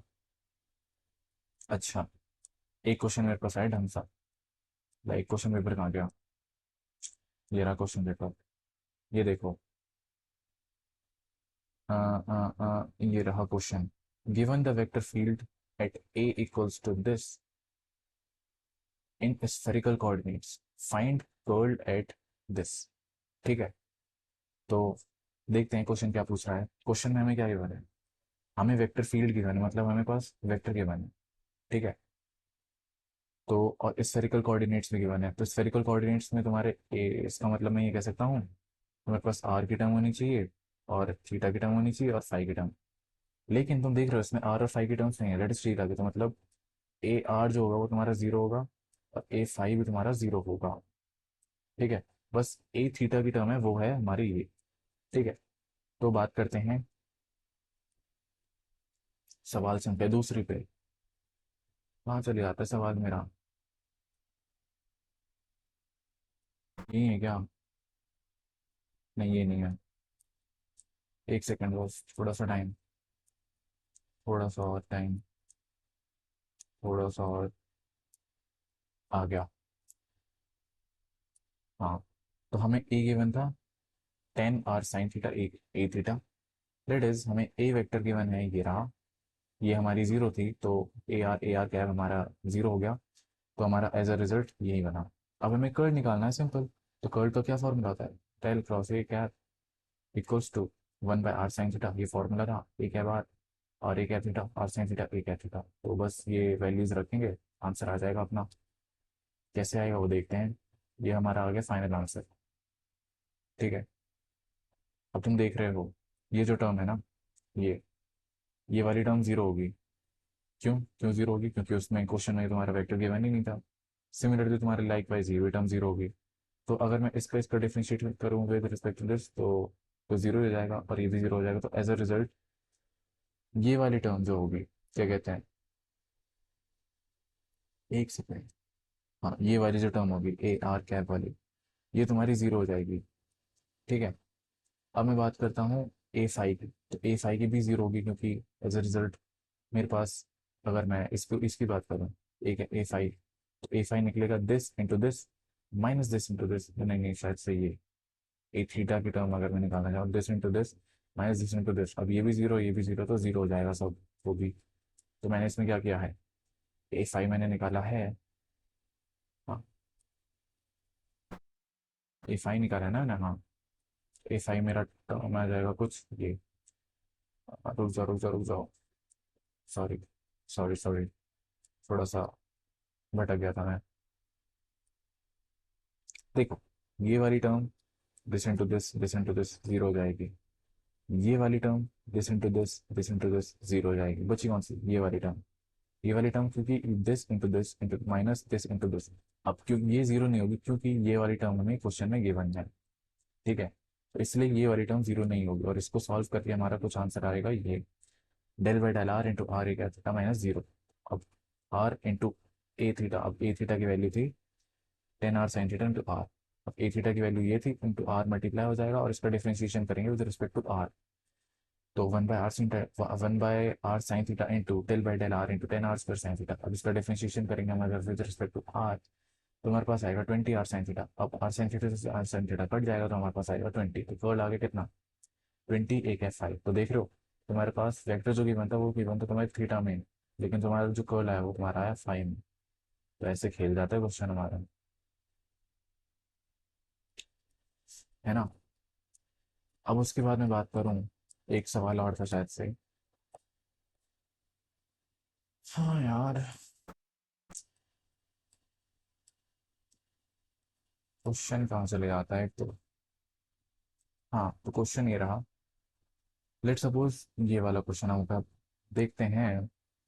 तो if R is a position vector of a point, अगर हमारा आर एक पोजिशन वेक्टर है, तो हमें बताना है divergence of R by R cube equals to zero. ठीक है, तो देखते हैं क्या कह रहा है ये। हमें बताना है, अगर हमारे पास आर एक पोजिशन वेक्टर है, कुछ भी हो सकता है, X I Y J Z की, ठीक है, तो हमें बताना है divergence of R by magnitude of R का क्यूब, वो हमारा जीरो होगा। तो प्रूफ करते हैं उसको, कैसे प्रूव होगा वो, भाई दिमाग लगा के प्रूव होगा यार। ठीक है, लेट सपोज मैंने आर लिया है X I cap Y J cap Z की कैब, मतलब X A X Y A Y Z A Z, उसमें लिखना था, ठीक है। तो ये आ जाएगा तुम्हारा वेक्टर है ये, फिर उसका मैग्नीट्यूड कितना आ जाएगा ये। अब हमें गिवन है दिस, मतलब ए वेक्टर जो है वो आर बाई आर क्यूब है, ठीक है। ए वेक्टर जो है वो मेरा ये है, तो मैंने क्या किया, ये कर दिया, that is X I cap Y J cap Z की कैप। अब ये आर क्यूब मतलब इसका क्यूब, अब देखो तुम, ये मैं इसको लिख सकता हूँ X square plus Y square plus Z square का होल का अंडर रूट, आई मीन ये लो यार, मैं लिख दे रहा हूँ तुम्हारे लिए, ये लिख दिया कि पावर 1/2, ठीक है। अब इसमें क्यूब करना है, तो मैं इसको 3 से मल्टीप्लाई कर दूंगा, तो 3/2 हो जाएगा ये नीचे। अब मैं बात करता हूँ del dot A, del dot A कैसे निकलेगा, कुछ नहीं, इसको विद रिस्पेक्ट टू एक्स के रिस्पेक्ट में डिफरेंशिएट करना, फिर वाई क्या फिर जेड के। तो एक्स मैंने करा तो मेरा आया एक्स अपॉन दिस, वाई के रिस्पेक्ट में वाई अपॉन फिर जेड के रिस्पेक्ट में ये, ठीक है। अभी मैंने लिखा है, अभी कुछ करा नहीं। अब सुनो मैं क्या कर रहा हूँ।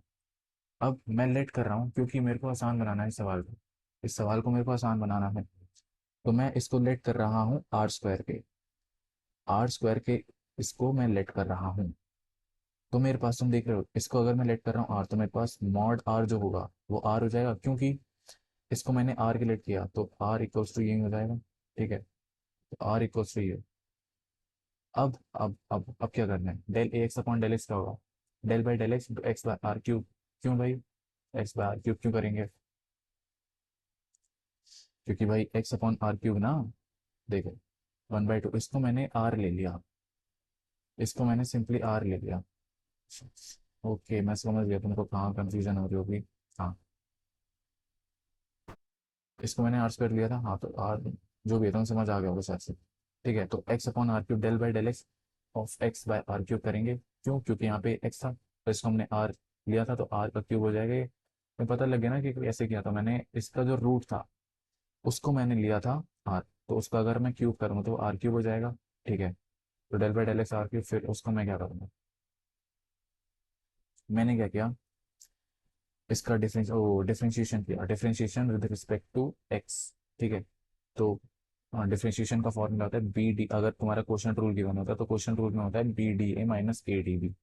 तो B into D A minus A into D B, ठीक है, minus A into D B, D B is del R by del X, ठीक है। अब del R by del X कैसे निकालें, है ना।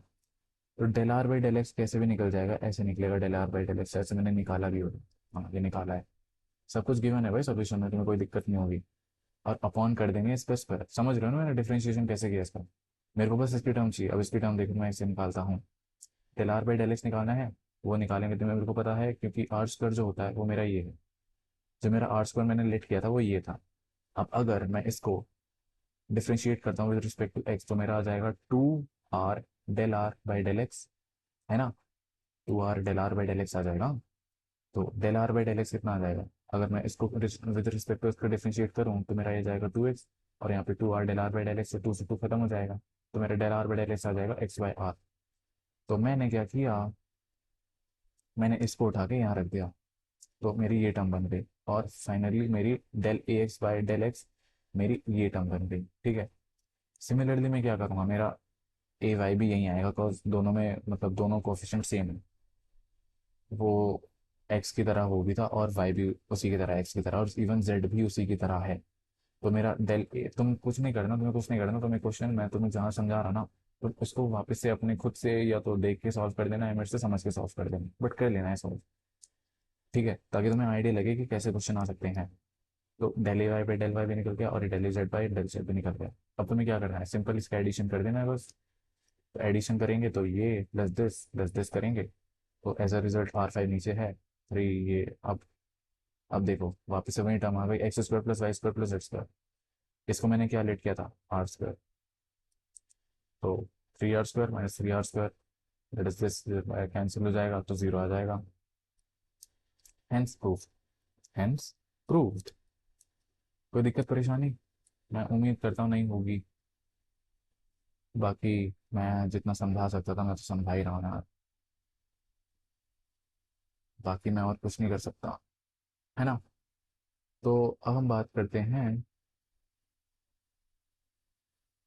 है ना।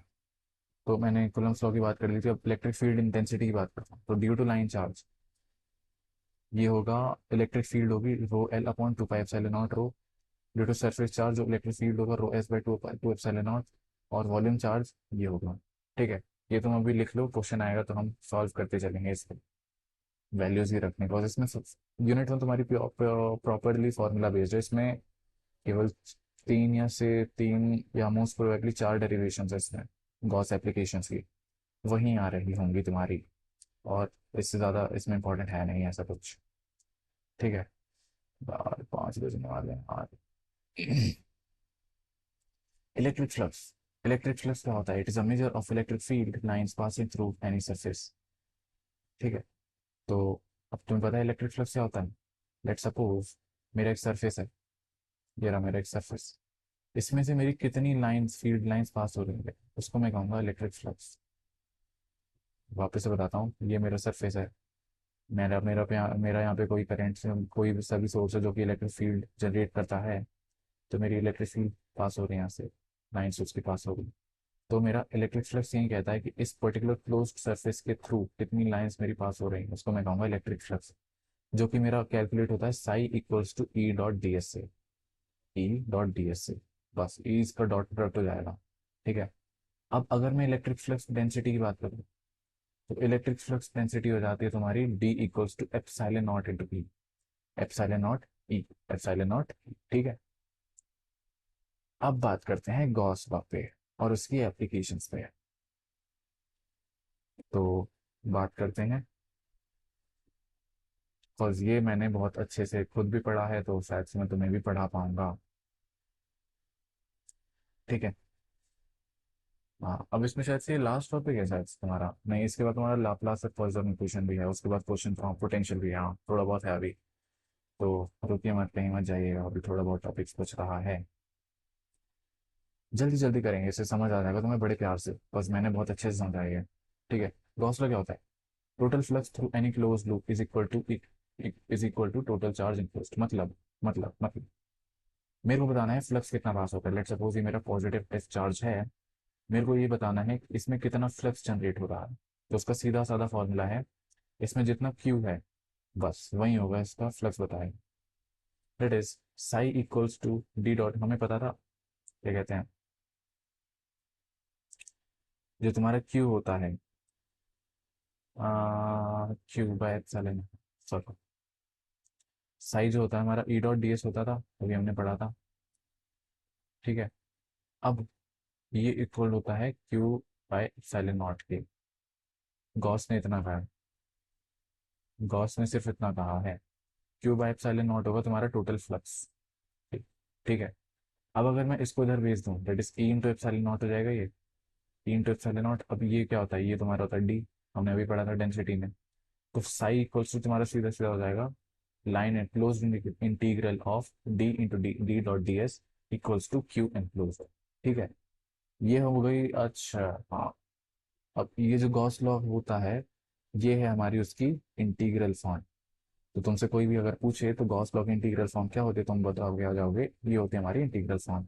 ठीक है, कहाँ से आई थोड़ा बहुत बता देना कि हमारी साई की वैल्यू होती है ई डॉट डी एस, और हमारा जो एक्चुअल गॉस लॉ बताता है वो बताता है Q enclose upon epsilon naught. तो इंटीग्रल फॉर्म से अगर हम इसको ई एप्सिलॉन नॉट को उससे मल्टीप्लाई कर देंगे तो हमारा E dot E epsilon not हो जाएगा, जिसको हम कहते हैं डेंसिटी। ठीक है, तो ये हो गया। अब now close surfaces enclosed by volume. जो सरफेस जो होगा क्लोज सरफेस, वो तुम्हारा जाहिर सी बात है वॉल्यूम से ही एनक्लोज किया जाएगा, वरना क्लोज कैसे होगा। ठीक है, तो अब क्लोज सरफेस में मैंने तुम्हें बताया था वॉल्यूम और चार्ज कैसे निकाला जाता है, वो निकाला जाता है रो वी डी वी से। ठीक है, रो वी डी वी से।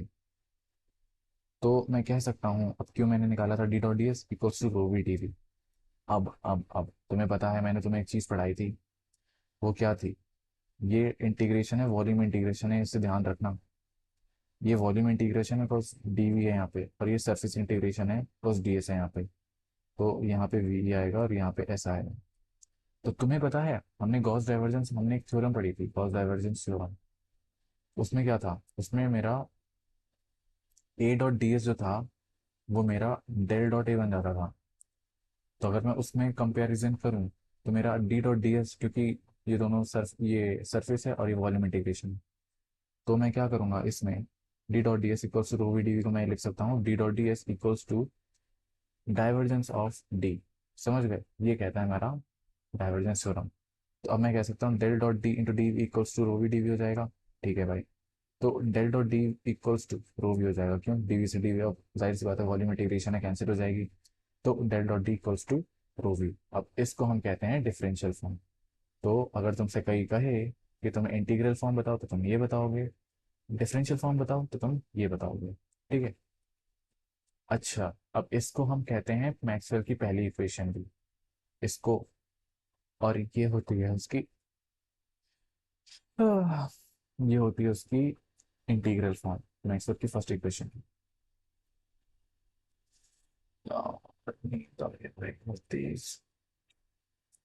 ठीक है, तो अब बात करते हैं, क्यू बाहर होगा तो डेल, हाँ, हाँ, मैं क्या कह रहा था, इसकी ना कुछ टर्मिनोलॉजीज देख लेते हैं। टर्मिनोलॉजीज हमारी क्या कहती हैं। लेट सपोज मेरा सरफेस है, हमें इससे फ्लक्स बताना है, तो फ्लक्स कैसे निकलेगा, इसमें क्यू एनक्लोज मेरे को बता देगा फ्लक्स कितना है। लेकिन अगर मैं बात करूँ, ये सरफेस है और मेरा चार्ज बाहर है, तो इस केस में क्या गॉस का मेरा काम करेगा, नहीं, फेल हो जाएगा। तो उस केस में मेरा, मैं ये कह सकता हूँ कि डी डॉट डी एस होगा हमारा वो जीरो, तो इसमें फ्लक्स है ही नहीं अकॉर्डिंग टू गॉस लॉ। तो ये वाला केस हमें अवॉइड करना है। सेकेंडली, गॉस लॉ जो होता है वो आइडियल तभी होता है जब तुम्हारा चार्ज जो है वो सिमेट्रिकल हो। सिमेट्रिकल मतलब दो हिस्सों में बट सके, लाइक पॉइंट चार्ज हो गया, फिर लाइन चार्ज हो गया, बिकॉज लाइन भी तुम्हारी दो भाग में बट सकती है। फिर तुम्हारी शीट ऑफ चार्ज भी होगी, क्योंकि तुम्हारी एक शीट दो शीट वो भी बन सकती है। ठीक है, तो ये खेल है। फिर मैं बात करता हूँ, मतलब ये तुम्हें समझ में आ गया ना क्या होता है गॉस लॉ, क्या होता है, पूरा मैंने बता दिया। मैं कुछ नहीं आ रहा, नोट्स में मिल रहे होंगे, इसमें नोट्स में काफ़ी कुछ लिखा है। फिर मैं बात करता हूँ इसकी एप्लीकेशन की। तो एप्लीकेशन, इसकी चार एप्लीकेशन है मेजर। ठीक है, उसके डेरिवेशंस आ सकते हैं तुम्हारे। तो उस एप्लीकेशन के लिए ना हम कुछ एजम्पशंस मानेंगे। पहला तो चार्ज डिस्ट्रीब्यूशन होना चाहिए हमारा सिमेट्रिकल। दूसरा, हमारा जो सरफेस होना चाहिए वो होना चाहिए क्लोज्ड। तीसरा, हमारा जो डी होना चाहिए वो होना चाहिए नॉर्मल। अगर नॉर्मल होगा तो उस केस में हमारा डी डॉट डी एस आएगा D S, D into D S. और अगर टेंजेंशियल होगा वो, उस केस में हमारा आएगा डी डॉट डी एस की वैल्यू आएगी जीरो। इसकी वर्थ तो हमें अभी पता चलेगी जब हम इसकी सेकेंड एप्लीकेशन और थर्ड एप्लीकेशन समझ रहे होंगे। उसमें तुम्हें समझ आएगी कि ये हम नॉर्मल और टेंजेंशियल क्यों पढ़ रहे हैं।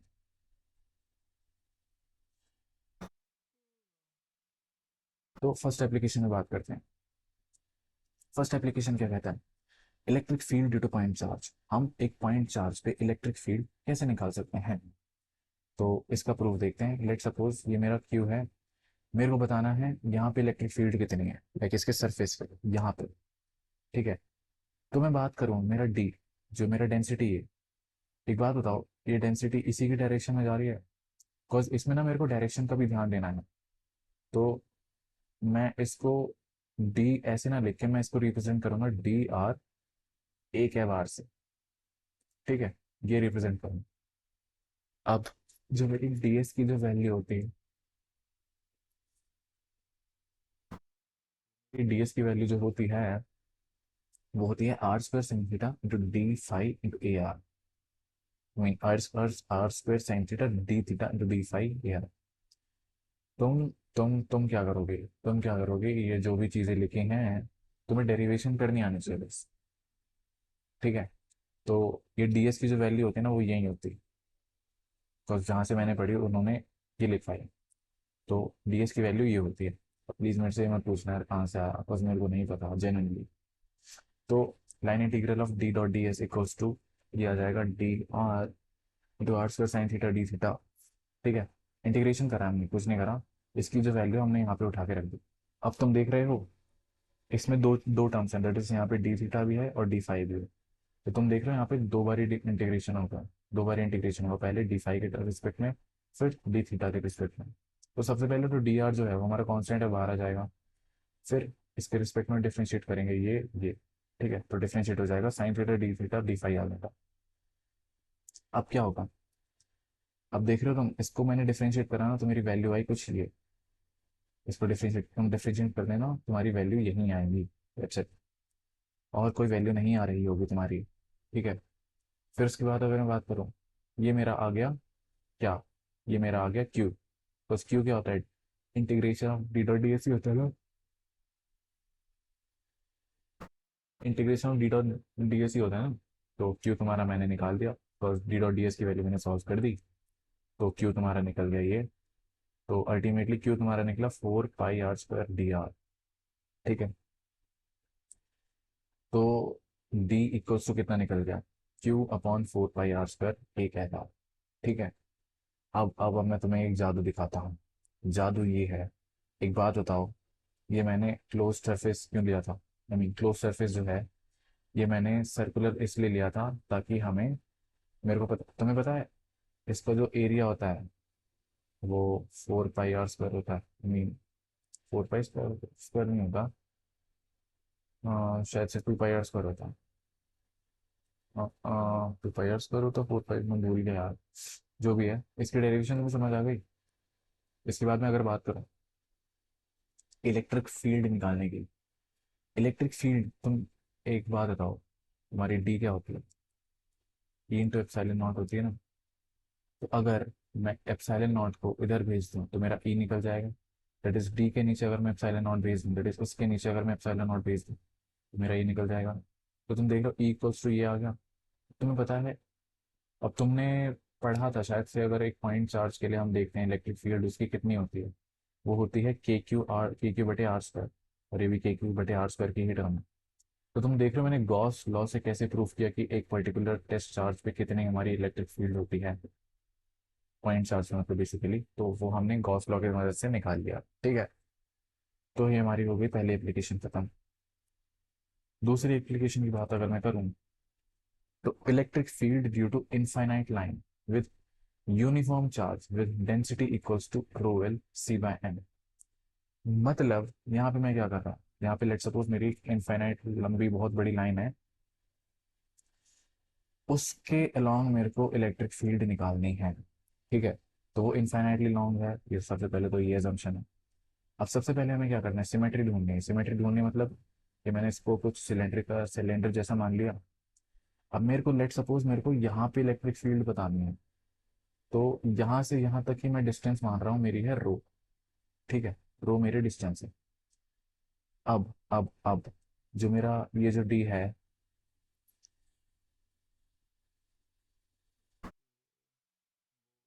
इसमें तो ये हो जाएगा D rho into A cap row. Similarly अगर मैं डीएस की बात करूँ, अब तुम्हारे लिए शायद से सब कुछ सिंपल ही होगा, क्योंकि अब तुमने ये चीज़ ना पहले देख ली है। अब हम इससे डेरिवेशन नहीं करेंगे, लाइक तुम्हें अब डीएस की वैल्यू में नहीं रटवाऊंगा, बल्कि मैं दूसरे तरीके से तुम्हें डेरिवेशन करवाऊंगा, क्योंकि वो मेथड था लंबा, वो मेथड था बड़ा। बिकॉज अगर मैं तुम्हें आइडियली बताऊं तो तुम फर्स्ट एप्लीकेशन के लिए ही तुम वो वाला मेथड सॉल्व कर रहे होगे, सेकंड एप्लीकेशन के लिए तुम कर लो, ऐसी कोई बात नहीं है, बट तुम्हारा दिमाग खर्च हो। तो मैंने क्या किया था इसमें, मैं बताता हूँ तुम्हें मैंने क्या किया था। मैंने कुछ ये किया था, इसमें तुम देख रहे हो इसका जो क्या कहते हैं, हाँ, इसका जो कर्व सरफेस है, तुम एक मिनट रुको रुको, ध्यान दो ध्यान ध्यान दो। मेरे को निकालना है इस केस में इलेक्ट्रिक फील्ड, ठीक है। तो सबसे पहले मैं चार्ज निकालता हूँ, चार्ज कितना होगा। तो मेरे को पता है इसका फॉर्मूला होता है ये। अब डी मेरा क्योंकि कांस्टेंट है, मैंने बाहर दे दिया, integration of d S equals to B.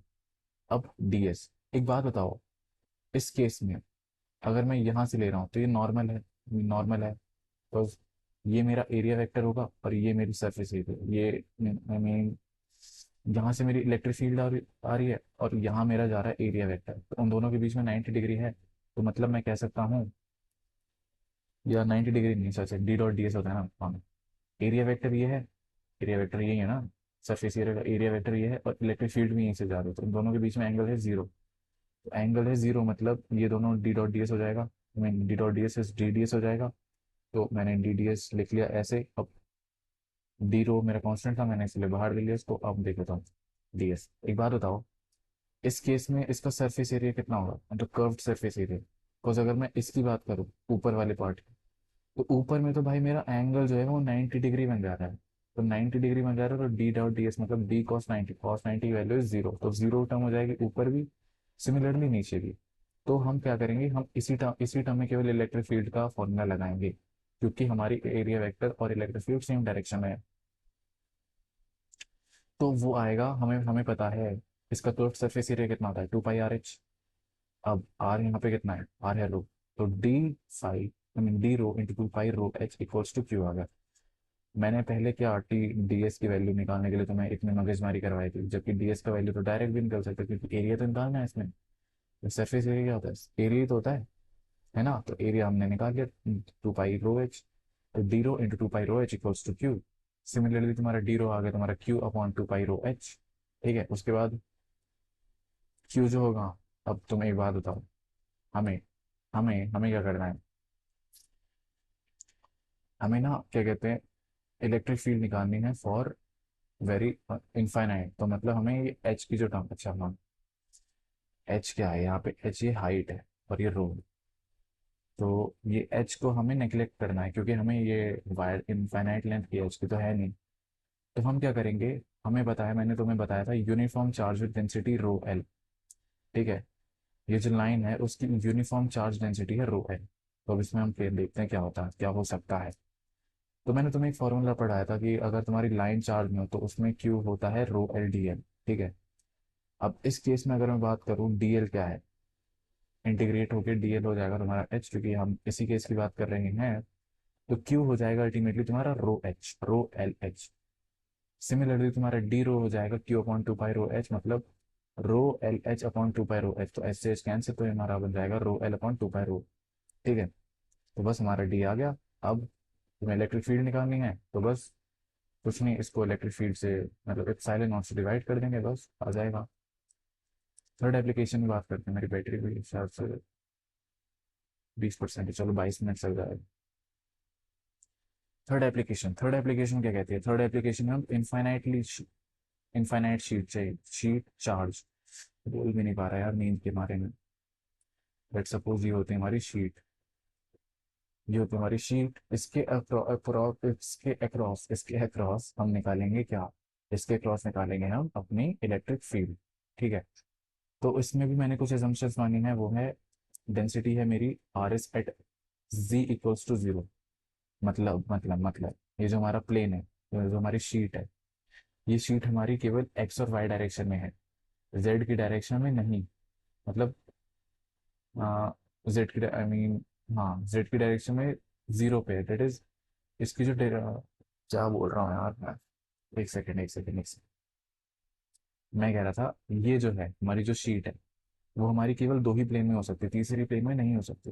तो या तो वो एक्स वाई हो या वाई जेड हो या एक्स जेड हो। तो मैंने इस केस में तुम्हें प्रूव करवाने के लिए लिया है इस शीट को एक्स वाई प्लेन में। एक्स वाई प्लेन में लिया है तो मतलब इसका जो डेंसिटी आएगी वो जाहिर सी बात है परपेंडिकुलर आती है। परपेंडिकुलर आती है तो मतलब जेड इक्वल्स टू जीरो पे आएगी। ठीक है। तो ये सीन हो गया। तो मतलब टेक्निकली मैं ये इतनी मगजमारी इसलिए कर रहा हूँ ताकि मेरे को डी की जो है वो मेरे को डायरेक्शनल वेक्टर मिल जाए। दैट इज डी मेरा अब डी ना हो कि डी जेड ए जेड से मैं रिप्रेजेंट करूंगा। ए जेड क्या है भाई ये। ठीक है। तो D dot D equals to q होता है। ठीक है भाई। अब ध्यान दो जरा।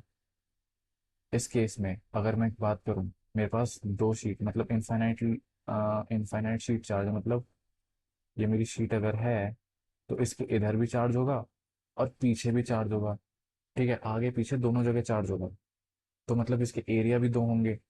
एरिया भी दो ही होंगे ना। एरिया वेक्टर भी दो होंगे और इलेक्ट्रिक फील्ड भी दो जगह जाएगी फिर। तो डीएस प्लस डीएस इसलिए हमने दो बारी डीएस लिखा क्योंकि एरिया इसमें दो है। अब इसका एरिया ए होगा मैंने मान लिया। इसका और पीछे वाले का भी ए ही होगा क्योंकि शीट तो सेम ही है। एरिया थोड़ी डिफरेंट डिफरेंट हो जाएगा। अब क्यू जो है मैंने इसमें assumption ये मानी थी जो इसकी जो डेंसिटी है वो है rho S. That is rho S. तो मैं क्या कर रहा हूँ, क्यू जो मैं लिख सकता हूँ वो मैं लिख सकता हूँ रो एस इंटू ए। ठीक है। तो मैंने रो एस इंटू ए इसलिए लिखा क्योंकि मेरा जो क्यू है वो डिपेंड कर रहा है मेरा मीन ये डेंसिटी है इस पे। और अगर मैं उसको मल्टीप्लाई करूंगा एरिया से बिकॉज इसमें देखो इसमें जो मेरी डेंसिटी है वो है मेरी कूलम्ब पर मीटर स्क्वायर में। दैट इज क्यू जो है वो डेंसिटी क्यू की जो डेंसिटी है वो है रो एस और इसकी यूनिट है q c by m square. अब तुम एक बात बताओ मेरे को इसको क्यू में कन्वर्ट करने के लिए दैट इज क्यू की यूनिट क्या होती है। अब यूनिट कन्वर्जन से सीखते हैं। यूनिट क्यू की यूनिट होती है तुम्हारी कूलम्ब। ठीक है। क्यू की यूनिट होती है हमारी कूलम्ब। अब इसमें कूलम्ब्स के अलावा एक्स्ट्रा फैक्टर मेरे पास क्या आ रहा है मीटर स्क्वायर। तो मतलब अगर मैं इसको एरिया से मल्टीप्लाई करता हूँ तो ये वाली टर्म मेरी कैंसिल हो जाएगी है ना। ये वाली टर्म कैंसिल हो जाएगी इसलिए मैंने इसको क्यू ए से मल्टीप्लाई कर दिया सिंपल। अब एरिया कितना होगा, एरिया इसका जितना एरिया मतलब शीट का है वही एरिया से मैं मल्टीप्लाई कर दूंगा डायरेक्ट। तो D two into A plus A equals to rho S into A से ए कैंसिल हो जाएगा टू ए से। तो मेरे पास जो डी जेड है वो मेरे पास आ जाएगा रो एस इंटू ए अपॉन टू। तो टेक्निकली मेरे पास इलेक्ट्रिक फील्ड जो आ गई वो मेरे पास आ गई अगर मैंने एप्सिलॉन नॉट से डिवाइड किया वो मेरे पास आ गई rho S upon two epsilon naught. ठीक है। अब फोर्थ एप्लीकेशन की बात करते हैं। फोर्थ एप्लीकेशन ईजी है। मतलब इजी नहीं वैसे मुश्किल है, सबसे मुश्किल फोर्थ एप्लीकेशन ही है। तो सबसे पहले फोर्थ एप्लीकेशन में ना हम दो कंडीशंस देख लेते हैं या पहले देख लेते हैं क्या था क्या। फोर्थ एप्लीकेशन में क्या होता है, spherical charge radius with uniform charge. अब इसमें जो वो यूनिफॉर्म चार्ज मतलब इसमें जो है charge density is rho V C by M three. I mean rho O, I mean rho ओ है, ये रो वी नहीं है रो ओ है ये। Rho o is because density है इन वॉल्यूम। तो density in volume I mean density of charge in a particular volume is rho o upon इसकी फिर ये यूनिट है। यार थोड़ा सा माइंड कर लेना है मेरे को ना एक्चुअली थोड़ी सी नींद आ रही है। बट मैं ट्राई कर रहा हूँ, बहुत ट्राई कर रहा हूँ हाँ। बट फिर भी तुम्हें लग रहा हो कि मैंने कहीं पे कुछ मिस कर दिया हो तो नोट्स में सब कुछ लिखा है और ये नोट्स हमारे पास ऐसे जा रहे होंगे। मैंने इसलिए अपने कोर्सेज पेड नहीं रखे। बस पेड में थोड़ी छोड़ो रहने दो, क्या ही बात है उसकी। हाँ। तो मैं कह रहा था इसका इंटीग्रेशन में अगर लाइन इंटीग्रेट करूँ तो D dot D S equals to q होता है मेरे को पता था। अब क्योंकि ये वॉल्यूम इंटीग्रेशन है तो मैं क्यू को लिख सकता हूँ रो वी डी वी। ठीक है। अब इस केस में जो ये रो वी है वो रो ओ के इक्वल है तो रो ओ इंटू डी वी हो सकता है। ठीक है। अब रो ओ डेंसिटी है, जो डेंसिटी है वो है मेरी कांस्टेंट तो मैं इस रो ओ को बाहर ले लूंगा। सबसे पहले तो यार एक मिनट रुको, एक मिनट। सबसे पहले तो मेरे पास दो कंडीशन होती है। दो कंडीशन है। पहली कंडीशन ये स्फेयर में ना लाइक ये स्फेयर है तो ये होगा आर और ये होगा r naught. Are naught basically is अगर मैं ये मेरा बड़ा स्फेयर है तो यहाँ से बीच से लेकर एंड तक की डिस्टेंस आर नॉट है। इसका मतलब ये कि इस पूरे स्फेयर में चार्ज भरा है तुम्हारा और ये तुम्हारा अंदर का सर्कल है। ठीक है। तो पहली कंडीशन मैं ये कहता हूँ कि हमारा जो आर नॉट है दैट इज इस पूरे में चार्ज भरा है दैट इज आर नॉट जो है वो तुम्हारा आर से बड़ा है। मतलब चार्ज जो है वो तुम्हारे बड़े रहते हैं, ठीक है, उसकी बात कर रहा हूँ मैं। उस फिर मैं डिफ्रेंशिएशन मतलब उससे मैं निकाल रहा हूँ तुम्हारी इलेक्ट्रिक फील्ड कितनी आएगी। तो मैंने यहाँ तक बात कर दी थी, q equals to rho naught d v equals to rho naught integration of d. तो डी हो जाएगा तुम्हारा डी आर इंटू ए के बाद, फिर हेंस डी आर, अब मैं line integration I mean surface integration करूंगा डी इसका, और ये करूंगा। तो मेरे को पता है इस पर जो एरिया कितना होगा, इसका एरिया कितना होता है, स्फीयर का एरिया कितना होता है, 4 पाई आर स्क्वायर होता है ना, 4 पाई आर स्क्वायर। और जो इसका वॉल्यूम कितना होगा, वॉल्यूम होता है 4/3 पाई आर क्यूब। तो मैंने क्या करा, d r into 4 pi r square plus two rho naught into 4/3 pi r cube, तो आर स्क्वायर से आर कट गया। अब मेरा रिजल्टेंट आया D R equals to rho naught r point three a cap r, ठीक है। तो ये मेरी पहली कंडीशन की, ये जो इस पहली कंडीशन की जो मेरे पास आउटपुट था वो मेरे पास ये आ गया डी आर, ठीक है। अब मैं दूसरी कंडीशन दैट इज ये रही। दूसरी कंडीशन में ये जो चार्ज है वो केवल इस डब्बे के अंदर है, बड़े वाले डब्बे के अंदर नहीं। मतलब मैं इसमें ये कहना चाहता हूँ जो मेरा आर नॉट है वो मेरा आर से छोटा है, क्योंकि इस बारी मेरा जो चार्ज है वो इसमें ना भर के, पूरे में ना भर के, केवल इसमें भरा है, ठीक है। तो अब बात करते हैं इसकी वैल्यूज पे। तो क्या होता है, d r into integration of d S equals to rho naught. Simply हम पहले की तरह ही चल रहे हैं, लेकिन इसमें जो है चार्ज इसमें ना होके, आई मीन इसमें ना होके, पूरे में ना होके, केवल इसमें है। तो इसमें हम क्या करेंगे, इसका जो एरिया है, एरिया स्फीयर का एरिया तो हम 4 पाई आर स्क्वायर ही लिखेंगे, लेकिन वॉल्यूम हम उसकी लेंगे जिसमें केवल चार्ज है। तो चार्ज किस में है, आर नॉट में है, तो हम इसका वॉल्यूम लेंगे केवल, ना कि पूरे का। पूरे का वॉल्यूम इसलिए हमने नहीं लिया क्योंकि हमारा चार्ज पूरे में ना होके केवल इसमें था, इसलिए हम इसके लिखेंगे। अगर मैं पहले केस की बात करूँ तो हमने उसमें वॉल्यूम पूरे में लिया था क्योंकि चार्ज हमारा पूरे में था। इसमें हमारा केवल इसमें वॉल्यूम है, तो हम इसमें इसकी वॉल्यूम लेंगे, तो that is 4/3 pi r naught cube, ठीक है। अब 4 पाई से 4 पाई/3 जो भी कट कटा के मेरे पास आया, D R equals to rho naught are naught का cube upon 3 R square A cap, ठीक है। तो ये कहती है हमारी क्या, गॉस एप्लीकेशंस की फोर्थ एप्लीकेशन। तो हमने चारों एप्लीकेशन पढ़ ली हैं, कोई दिक्कत नहीं है। तुम्हें मेरी समझ नहीं आया होगा, मैं समझ रहा हूँ तुम्हें समझ नहीं आया होगा। 50% भी अगर समझ आया होगा ना, तो 50% तुम नोट्स भी बहुत प्यार से समझ लो, बिकॉज इसमें मैंने सब कुछ लिखा है, ठीक है। तुम्हें कोई दिक्कत नहीं आ रही होगी। लास्ट बात करते हैं पॉइजन्स एंड लाप्लास इक्वेशन की। लास्ट बात मैं इसलिए कह रहा हूँ यार, इसके बाद ना लाइक वोल्टेज का टर्म बचा है केवल, और क्वेश्चंस बचे हैं। तो देखो मैंने इसमें तो मैक्सिमम क्वेश्चन करवा दिए हैं। मैं ये नहीं कह रहा कि मैं क्वेश्चन को करवाऊंगा नहीं, मैं ये कह रहा हूँ जब मैं यूनिट 2 रिकॉर्ड करने जाऊंगा वो क्वेश्चन पर तब ले लूंगा।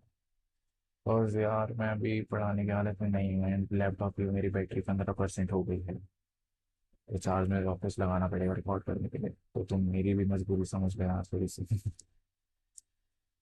ज़्यादा आर आर तो नहीं करा ना मैं, क्योंकि मैं भावनाओं में बहुत जल्दी बह जाता हूँ, मेरे को भी लग रहा है। छोड़ो रहने दो। पॉइजन्स एंड लाप्लास इक्वेशन की बात करते हैं। अब हमने differential equation, I mean differential form में हमने गॉस लॉ की इक्वेशन पढ़ी थी, वो थी del dot D equals to rho v, Gauss law in differential form. तो हमारा जो डी होता है वो एप्सिलॉन नॉट ई होता है, हेंस मैं ये कह सकता हूँ delta epsilon naught equals to del v होता है, ओके। अब जो हमारा एप्सिलॉन नॉट है वो कांस्टेंट रहता है, कांस्टेंट रहता है तो मतलब मैं उसको बाहर ले सकता हूँ, बाहर ले सकता हूँ। और क्योंकि ये ई जो होता है इलेक्ट्रिक फील्ड वो माइनस डेल्टा वी भी होता है, माइनस डेल वी भी होता है। ये हमने पढ़ा नहीं, हम पढ़ेंगे, बट अभी के लिए तुम मान लो ऐसा होता है।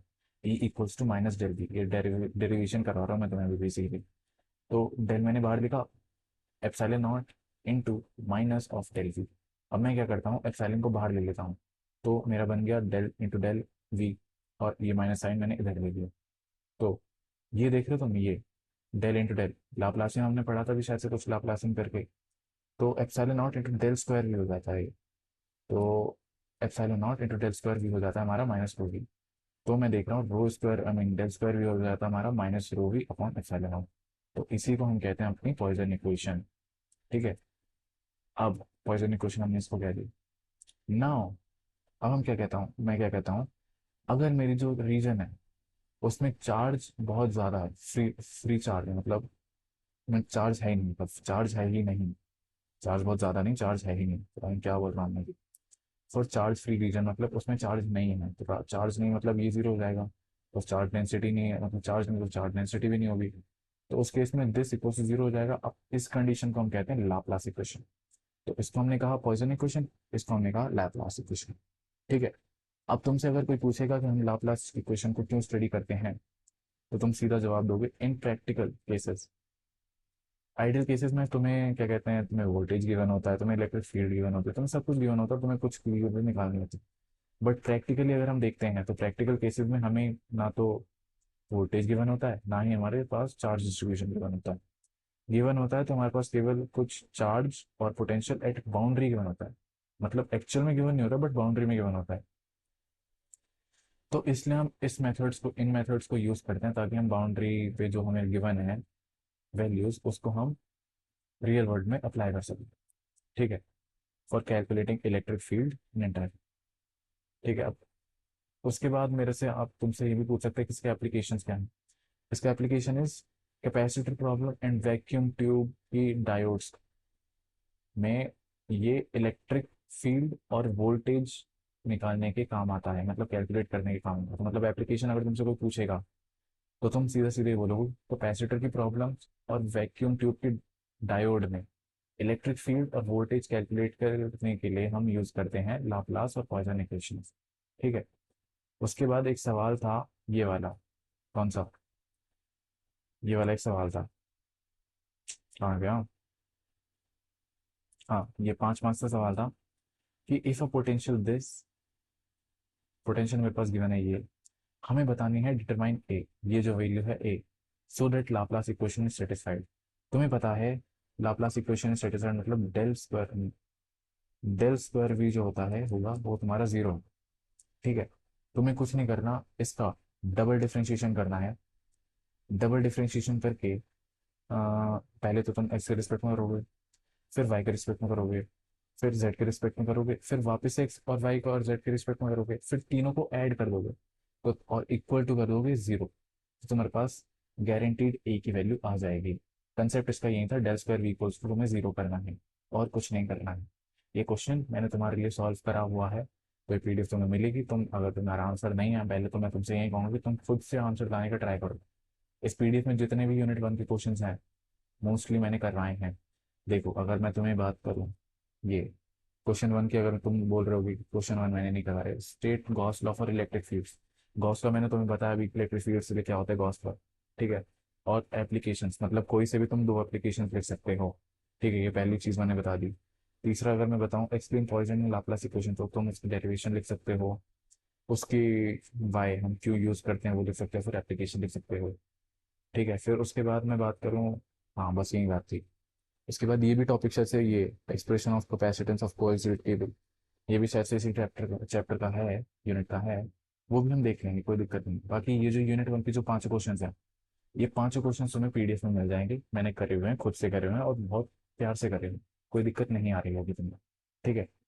तो ऐसे हम करेंगे सॉल्व इन सब चीज़ों को। वैसे मोटा मोटी मैंने जितनी भी मोस्ट इंपॉर्टेंट चीज़ें थी मैंने वो तुम्हें सारी बता दी हैं। इससे बाहर शायद से पेपर ही आए, शायद ही आए पेपर, इनफैक्ट शायद। बस इसके बाद इसमें केवल वोल्टेज बचता है और शायद से एनर्जी बचती है और उनके क्वेश्चन बचते हैं और कुछ नहीं बचता। ठीक है। तुम्हें समझ आ रहा हो तो तुम खुद पीडीएफ से कर लेना, वरना मैं तो तुम्हें यूनिट 2 रिकॉर्ड करते टाइम करवा भी दूंगा। बस अभी 6 बज गए हैं, आई मीन 5:30 बज गए हैं। कम से कम 4 घंटे की नींद तो मेरे को लेनी चाहिए, बस कल भी मेरे को जगना है। मतलब कल मैं जगा था, बस मेरा ए का पेपर था तो मैं जगा था। तो मैं जग रहा था तो मैं सो नहीं पाया, कल भी 1 घंटा सोया था, तो इसलिए मेरे को 4 घंटे सोना पड़ेगा। इसलिए मैं यूनिट 2 ऑलमोस्ट ऑलमोस्ट बाद में आई गेस 12 से 12:30 के आसपास डाल रहा हूँ। ठीक है। हाँ बाकी थोड़े ज़्यादा आर मैंने कर दिए हो तो उसके लिए आई एम सॉरी। तो क्योंकि मैं भी तुम्हारे साथ में, तो मैं एक्सपेक्ट करता हूँ कि मैं भी थोड़े मज़े तो ले ही सकता हूँ साथ में। साथ में पढ़ाने का यही सीन होता है यार, सीनियर जूनियर वाली वाइब खत्म हो जाती है बिल्कुल भी। हाँ तो ये सारी चीज़ें थी हमने पढ़ ली है। मोस्ट प्रोबेबली इतना ही तुम्हारे लिए सफिशिएंट होगा यूनिट 1 के लिए, वरना नहीं हुआ तो यूनिट 1 के रिमेनिंग टॉपिक्स भी कवर कर रहा हूँ। तो नमस्ते, that's what I can say. हाँ, चलो भाई,